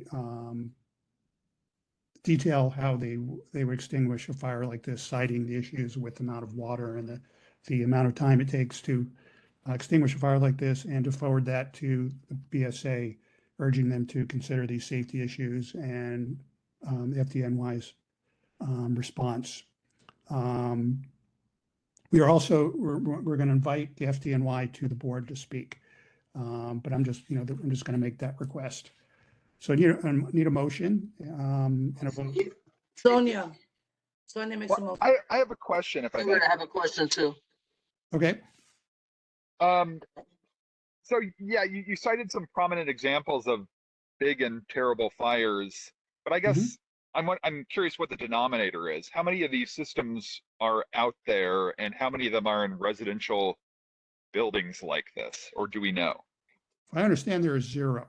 Like there is definitely zero in the city. There are installations like sports venues and manufacturing buildings. And I think there is one potentially at a housing complex, but it's located on the ground. It's not on the roof. But this would be, I believe, the first one in the city that would be installed on top of a residential building. And when we voted against this, there were none. And that Right. wasn't Yes. that long ago. Yeah, so Delty is correct. I also did some research. This will be the first in the country, so there's no data, period. Also, Steve, I think we mentioned we wanted to CC Lincoln and Ressler as well as Emma Gallagher to get them involved. So this will be set up a precedent never before, and and the building hasn't been well kept. Let's just leave it like that. Yeah, there was an issue back, in 2021 that there's a crumbling, deteriorating facade of the building. There's a question whether the actual stability of the building was contributing to that. It was doing structural analysis to determine it's not, and DOB basically. Steve, I'm sorry. It's that you said South Third, and between South Third and South Fourth, is it, or? Second and third. I'm Barry, right? I'm in the opposite corner, and that building does not look like. Yep, it's not being well kept. I live right there in that area. Yeah, that was that was brought up very strongly during, last year. So, yeah. But I feel like, the board already essentially weighed in on to grant the special permit. But I feel like what we're doing here is emphasizing a problem, there's a safety issue here with the technology and the mix between a residential building and this type of technology. I feel like this company, they seem, there's a lot of good to say about them. They know their science, et cetera. But I don't know. I think, Madam Chair, I think you wrote a letter to their consultants at Capolino, basically citing just how we can't get behind something like this, just knowing the risks, no matter how noble the the intentions and the cause is, so.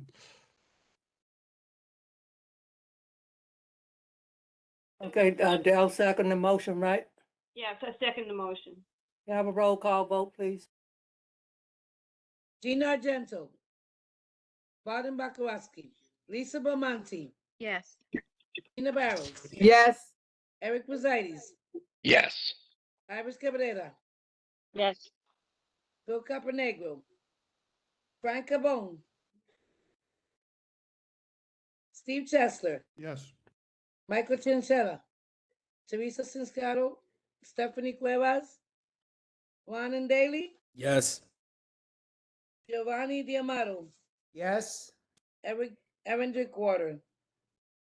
Arthur DiBonoski. Lloyd Fang.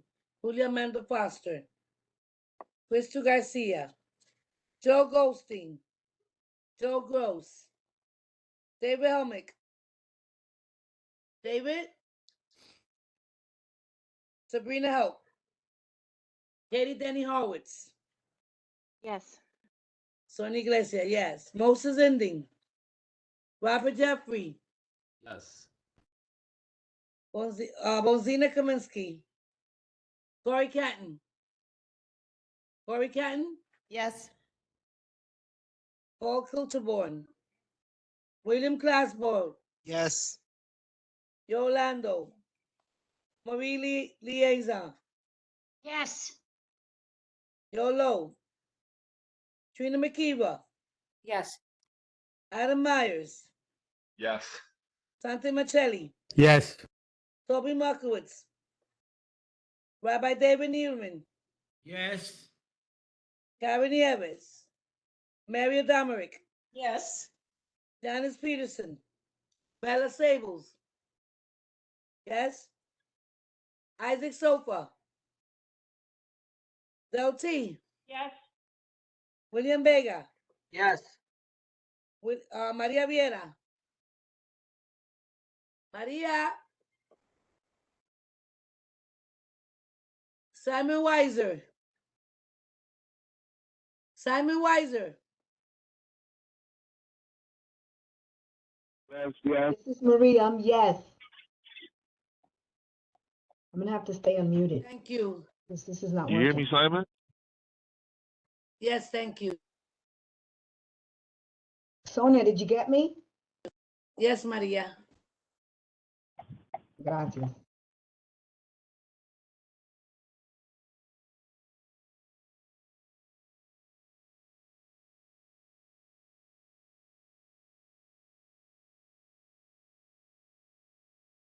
I'm sorry, guys. We got 23, but that's not the quorum, so I don't know what happened. Madam Chair? We got 23. I don't know. We lost people, and people are not answering, but we got 23. That's not enough. Did you vote, Sonia? Yes, I voted. Well, we have 31 people in this meeting. Why we have 23? Come on, guys, wake up. I think you should try it again. Maybe you missed up. Yeah, let me try again because I called the numbers out. I mean, I see people, but they have to answer. I can't. That's Yeah. why I say loud with Bella, but you gotta answer people. Gina Argento. Pardon Bakarowski. Lisa Belmonte. Yes. Gina Barros. Yes. Eric Brusitis. Yes. Iris Cabrera. Yes. Bill Caponegro. Frank Carbone. Steve Chesler. Yes. Michael Cianchelli. Teresa Cincaro. Stephanie Cuevas. Ron and Daly. Yes. Giovanni Diamato. Yes. Aaron Drinkwater. Arthur DiBonoski. Lloyd Fing. Julia Amanda Foster. Crystal Garcia. Joe Goldstein. Joe Gross. David Helmick. Sabrina Hope. Katie Denny Horwitz. Yes. Sonia Iglesias, yes. Moses Ending. Robert Jeffrey. Yes. Bonzina Kaminsky. Corey Catton, Yes. Paul Kucherborn, William Clasbo, Yes. Yolando, Marie Liaison. Here. Yes. Yes? Yes. Thank you. Yolo, Trina McKeever, Yes. Adam Myers, Yes. Sante Michelli, Yes. Toby Markowitz, Rabbi David Needleman, Yes. Karen Nieves, Mary Odameric, Yes. Janet Peterson, Bella Sables. Bella? Yes. Okay. Isaac Sofa. Del T. Yes. William Vega. Yes. Maria Viera. Yes. Simon Weiser. Yes.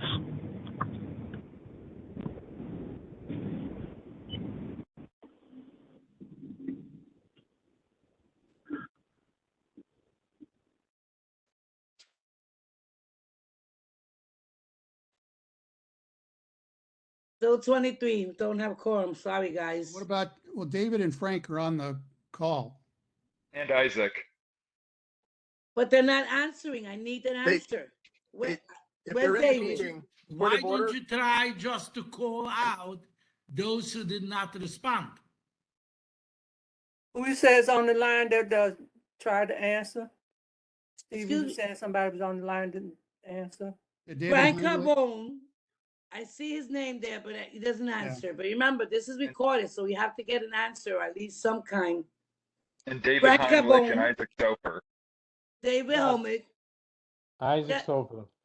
David Helmick, he has my number. Let him text me. Isaac just said something. Yes, I heard Isaac Sofer. Isaac Sofer, yes. Okay. Point of order, that's 24, and the chair who doesn't vote is 25. That's a quorum. Okay. I just saw Frank. Frank, are you there? Frank Carbone? His mic is. We can't hear you. Mike is on. He's trying to. Island 48th Street. Did you hear my vote, Simon? We got your vote, Simon. Thank you. But we have 24 plus the chair. That's a quorum. Okay, Mr. let's move on Brasidas? before we No. lose. We can't afford to lose any more people. Mr. Brasidas, and the chair only votes if there's a tie. Right. Yes, I know, but there is a quorum in the room. We don't need to have 25 votes. We just need a quorum of members.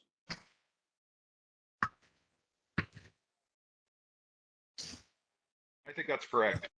Okay, so we have 24 yes, civil no, civil abstention. Civil recusal, motion carries. All right, thank you, everyone. Thank you, guys. Okay, thank you, guys. Let's speed it up before we lose our quorum.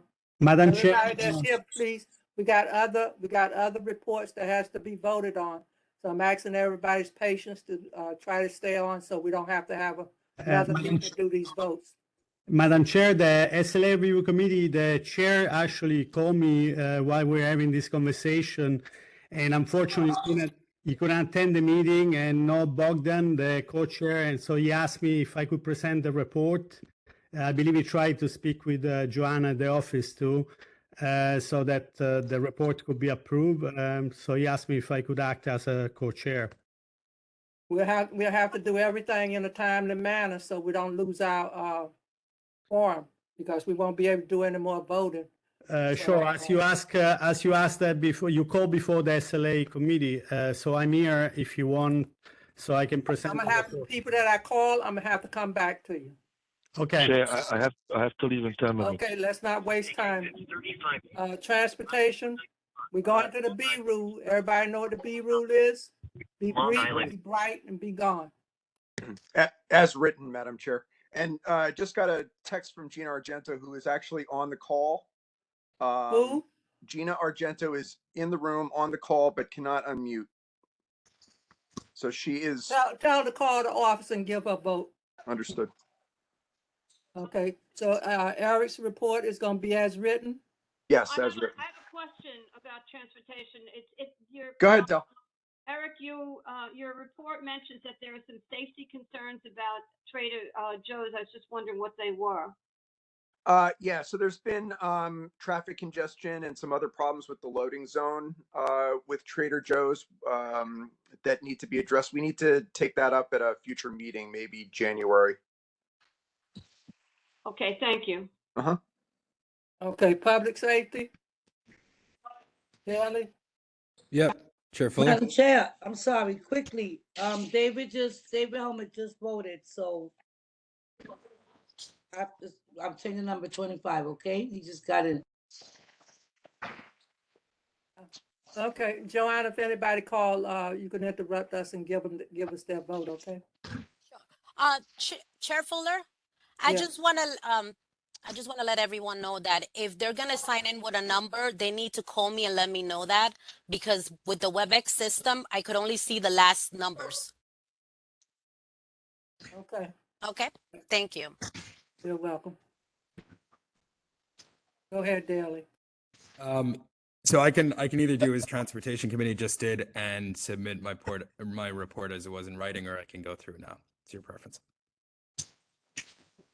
Okay, yours gonna be as written. You're gonna submit it because you got it in late today, right?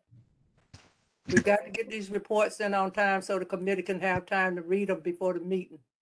Okay, Maria, can you want to do your report on board budget? Can you all hear me? Yes. Okay, so I submitted the report probably around 2-3 weeks ago. Perhaps everyone read it, but I think the most important thing, or maybe not, I shouldn't assume.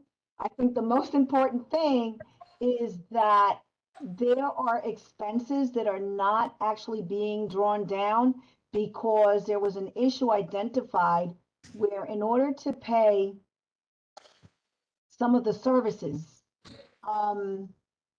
like the telephone and things of that nature, there have to be 2 signatories on the account. And currently there were, at least when we met, there was only one, and that was Joanna, which was actually holding up the payments, which can impact whether or not we have phone service at the district office. So I don't know if those things have been addressed to date, because again, these were the circumstances as of October 20th when we met. This is already December. As I said, the report was submitted and I unfortunately wasn't able to attend the prior month's meeting. This is, to me, the most important thing to report, and that is that we're still not at the place where we're able to identify a DM.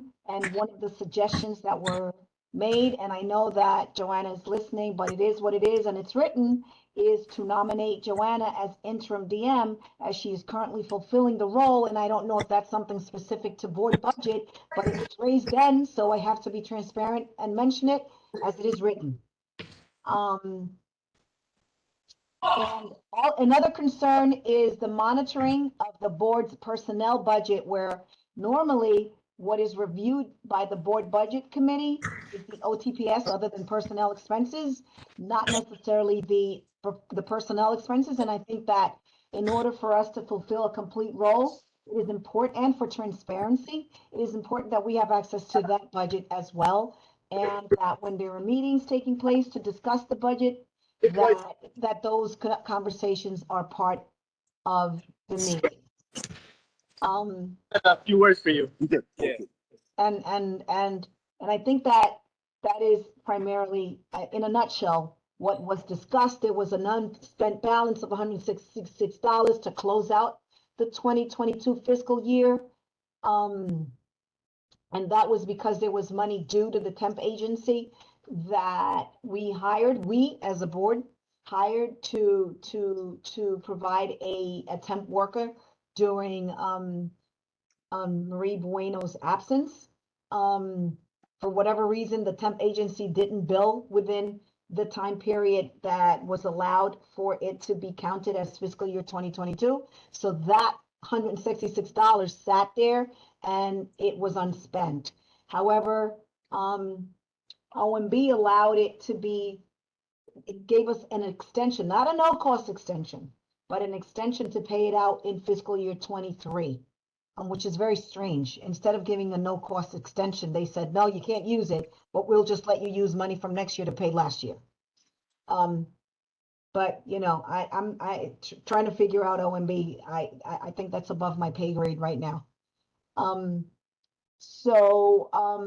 That is primarily most of the, well, to me, the most outstanding things that we should focus on moving forward. That is identifying this DM, or the funds to do so, and figuring out how we can provide resources to Joanna in order for her to execute the duties and responsibilities that are necessary in order to have a functional district office. That is it from me. Thank you very much. Any questions? Thank you, Maria. Thank you so much. No questions. I appreciate it. Either I was really good or you guys are all confused. One of the two. I have a question, Dell. Does this mean that Joanna cannot sign to have our phone bills paid? If you like, I could answer that. Okay. It's not the phone bills. It's the phone bills are taken care of by Do It. It's the alarm, our mailing system, some of these items.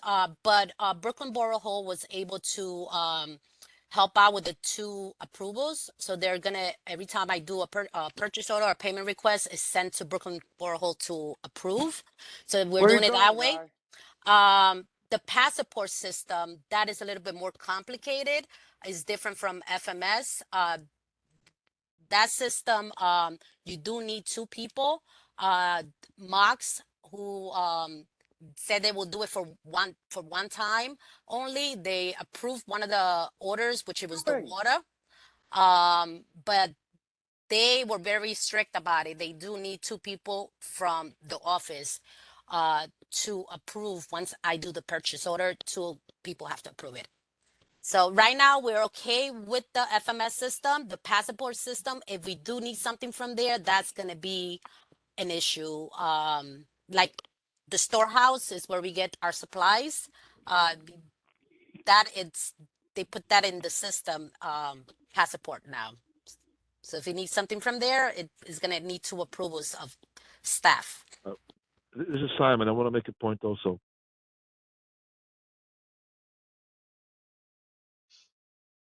By the way, just to clarify, MOC stands for Mayor's Office of Contract Services, for those that don't know what that, what it means.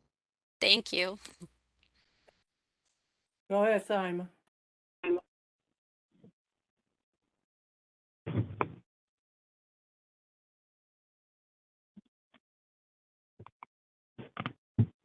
Simon, you said you had a comment or a question on this. Yeah. I was talking with the chair about you know, we have to advertise the district manager's position, and also the issue came up if you want to put it on certain website that they charge a fee, how we get approval for that. So I just wanted to piggyback on the issues that was discussed before. How we're gonna get it approved? We need 2 signatures. You know, I'm just a point to raise. Mr. Weiser, Yes. that is, we will have to find out the vendor if they're using, if they're going through the FMS system or the passport system. So if they're going through the passport system, then we're definitely going to need 2 signatures, and we don't have the staff. As of FMS, we could probably get Brooklyn Borough Hall to help us approve it. So it just depends on what system they're in. Can Okay, so I the could, borough president ask you- still sign?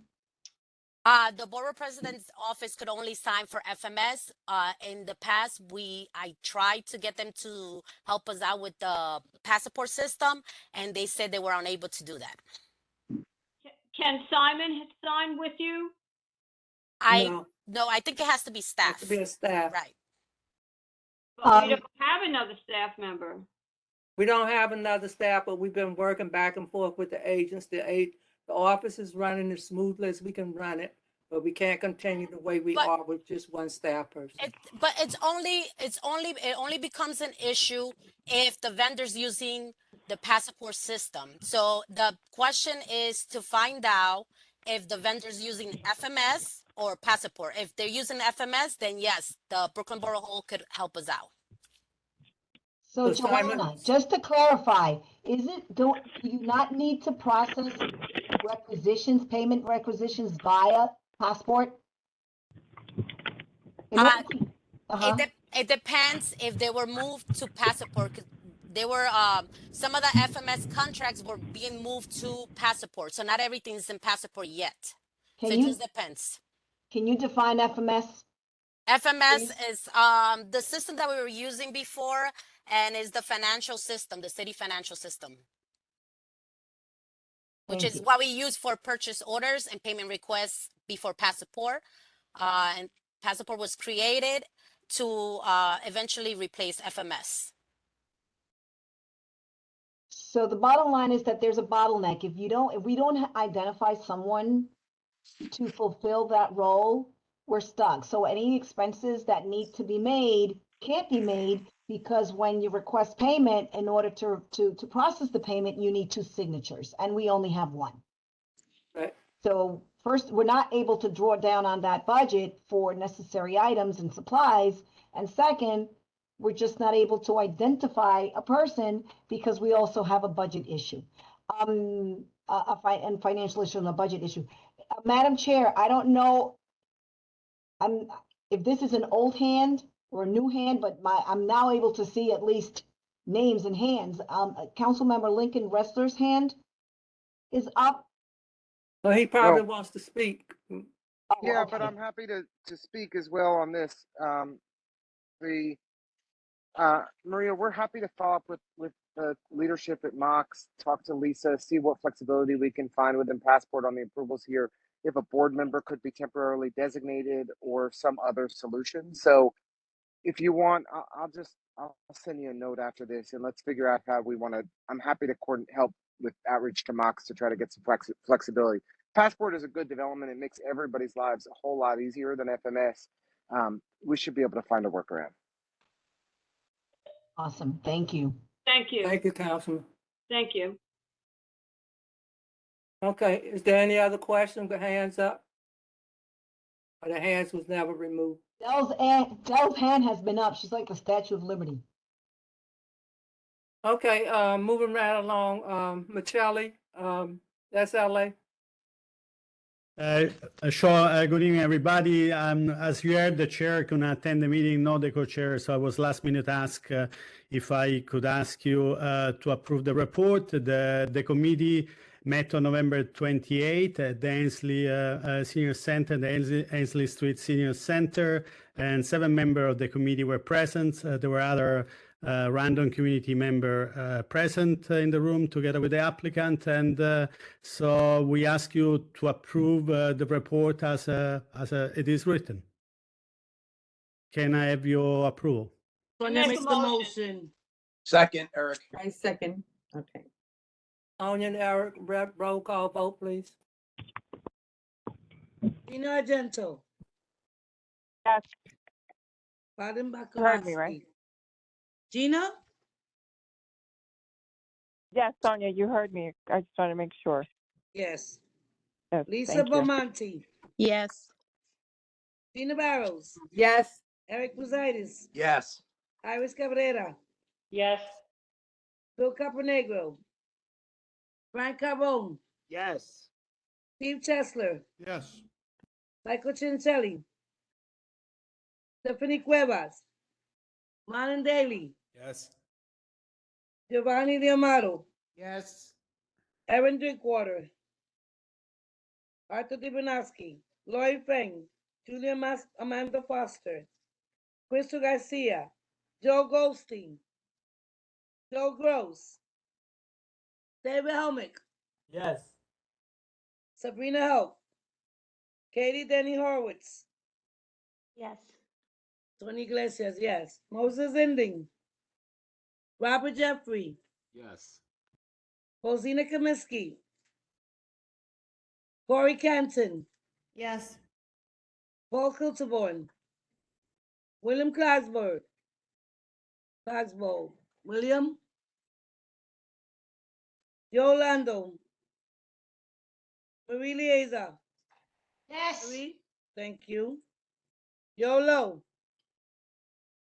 Trina McKeever. Yes. Adam Myers. Yes. Sante Michelli. Yes. Toby Moskowitz. Rabbi David Niederman. Yes. Karen Nieves. Mary Domerick. Yes. Janice Peterson. Bella Sables. Bella? Okay, yes. Isaac Sofer. Yes. Del T. Yes. William Vega.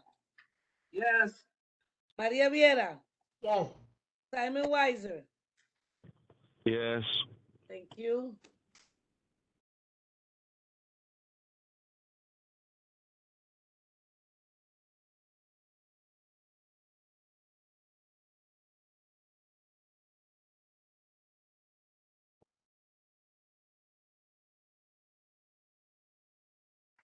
$27 yes, 0 no, 0 abstentions, 0 recusal, motion carries. One final comment, Madam Chair, on legal license. The next meeting is going to be January 5th. Another additional comment on the new license that are going to come next month. You saw on our general agenda. I have received a couple of of concerning comment from the community. One in particular that I know in Greenpoint is this address. So for every community member and board member, just be aware of that. It's 72 Noble Street, Ferris Athletic. Very controversial request for a gym open to children.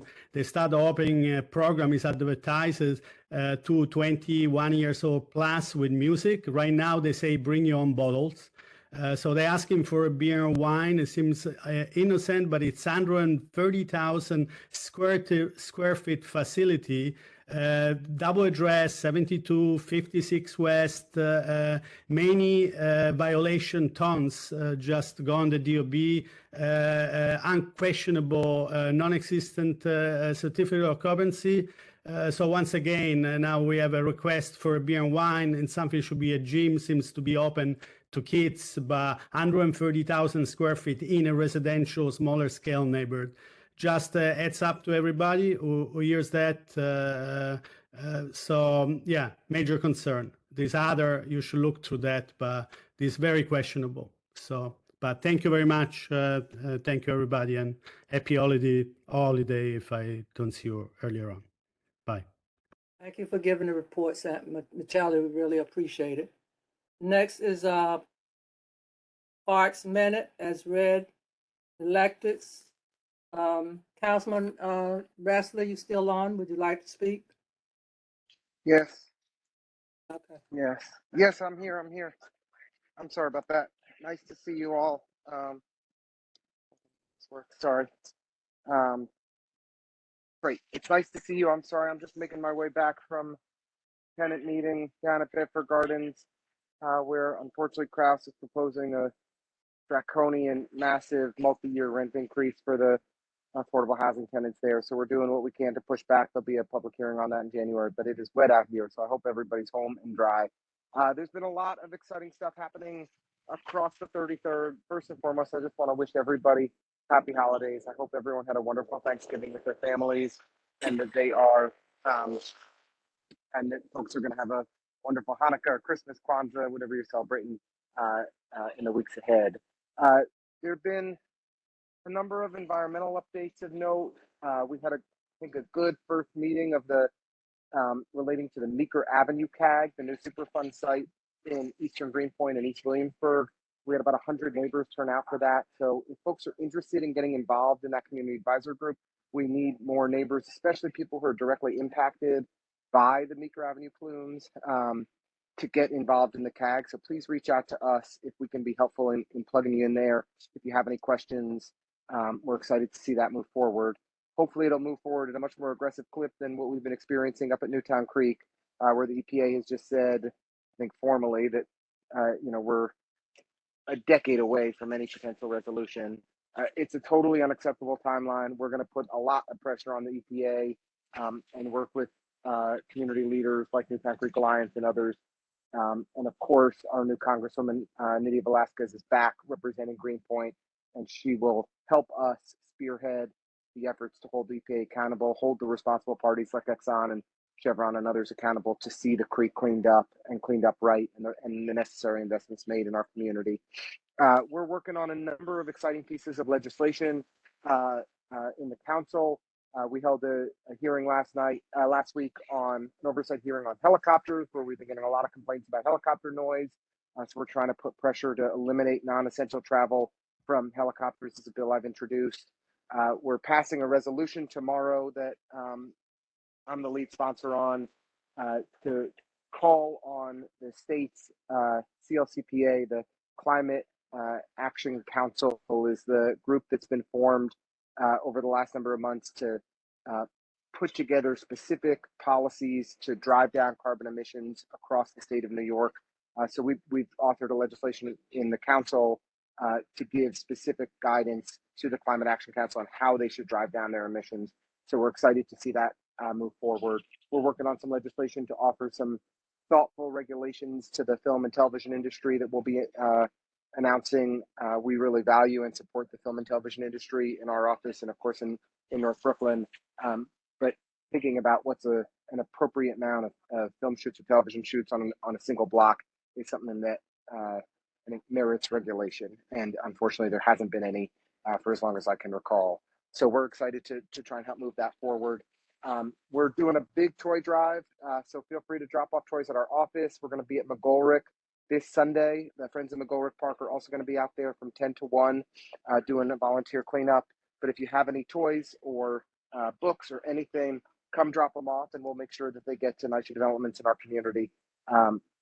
There's a whole lot more good stuff happening, but those are some quick things. I did also just want to introduce, we have a new colleague on our team, Emily Ruby, who I believe is on here.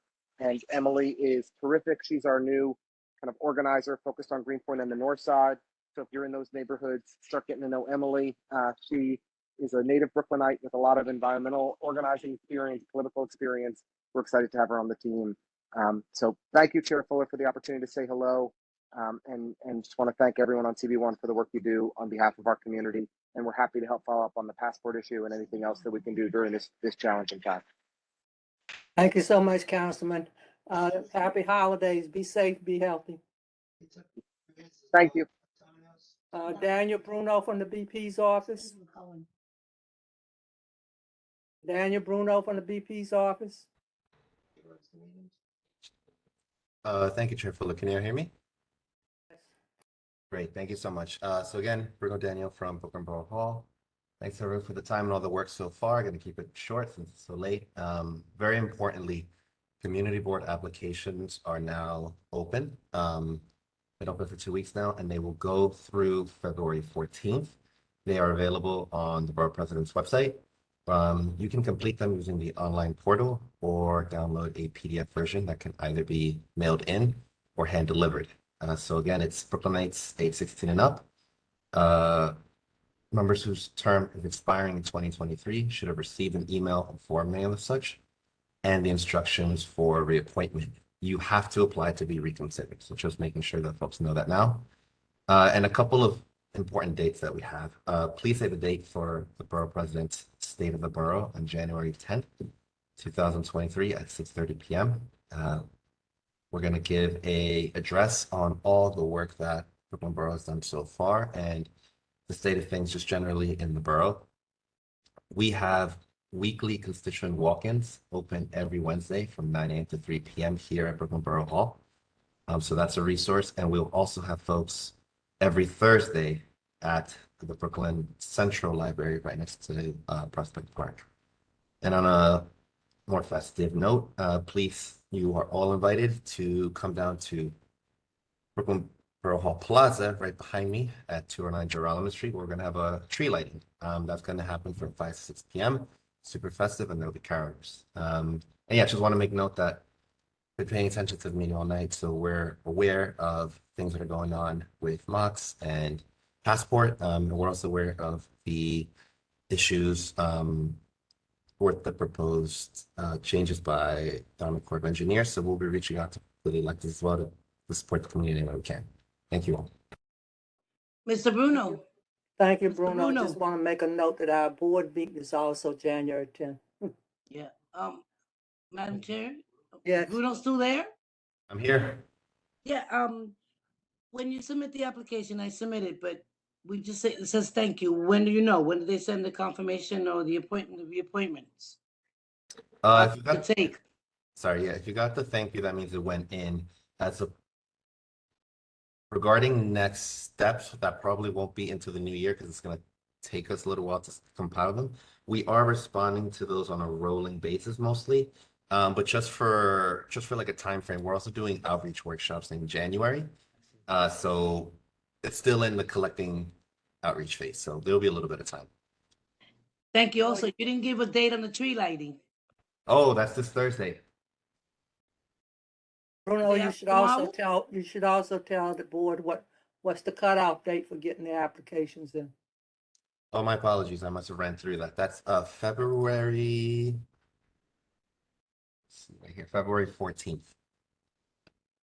Thank you. What a lovely day. Thank you so much, Bruno. Really appreciate you giving us the updates. Have a great holiday. Be healthy, be safe. Is there any old business? Yes, Madam Chair, Steve Chesler. Yes. Yeah, just is there an update on the district manager hiring process? The committee has scheduled a meeting for the 8th. We've made a check on all on the things that I told you last month that we were doing. So we have to get back and now this step is to figure out where we're gonna advertise it and how we're gonna advertise it, and will we have to have money to advertise it. So that meeting is taking place the 8th, this Thursday. So the committee is I really appreciate the committee. They're working very hard on this. It's all new territory for everybody, but we're getting through it and we're trying to do it as expedient as possible. But hopefully, if this meeting goes well and everybody agree on everything, hopefully the application can be advertised by next week, hopefully. Are there any other questions on that? Thank you. You're welcome. Are the district manager roles advertised through the general NYC jobs hiring portal, or are they outside the city government proper? Well, the one that they gave us, it requires funding.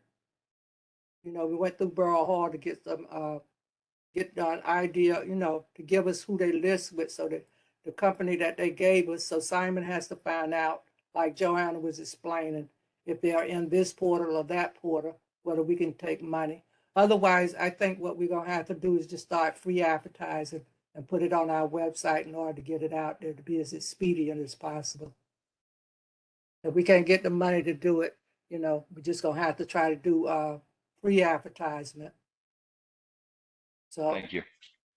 yeah, so we want to get it out there as fast as possible by any means that we can, because you know money's gonna tie us up. That could take forever. So you know we can put it on our website, and we got local papers. I already spoke with Green Line. Green Line said they will put it in their paper. So any other local papers like the Brooklyn paper or AM New York, you know, we're gonna probably try to get them to advertise it for us. But we can put it on our website, and that'll cover. And then people can get it out through that. They can direct people to the website. So these are the ideas now that, that I'm having. The committee has to agree on them. Madam Chair, this is Corey Canton. Once we have the job description, I would think that, given that we are the community board, that, we could also work as a force in trying to find candidates and spreading it through, our networks. Yeah, that's what I was thinking. Once it goes on to our website, then you can spread it out there, among the community and beyond the community, because the way it looks now, you know, getting money at this date to try to pay for it. And from what I see, the ad is not cheap, you know. Any other questions? Madam Chair, this is William Vega. Maybe we can ask elected officials to also assist once it's formalized through their networks. Thank you. Pardon me? I'm sorry. I'm just saying, once it's formalized, maybe we can ask, Lick and Rest or Emily Gallagher, our local elected officials to also put in their networks to spread the word that we're looking for positions. Well, I don't know if they're allowed to do that. I'm not sure. It's a question to ask. Thank you. Yeah, you know, well, feel free to ask somebody that one of the committee know. Because this committee got their hand full, you know. So, we got the verbiage of, you know, that we can have people to go over the verbiage, so we know that we're in line with the city hiring policy, you know. So it was a lot. It's a lot. So right now we've gotten all that together. So the next step is getting it out. Any other questions? Any other comments? Is there any new business? Hearing none. Happy holidays, everyone. I would like to wish everybody a happy holiday. Be healthy, be safe, and we will see each other next year, same place, same time, same station. Happy holidays. Happy holidays. Good night, everyone. Happy holidays. All the best. And Happy New Year. Good night, everybody. Good night. Good night, John Boy. Good night, my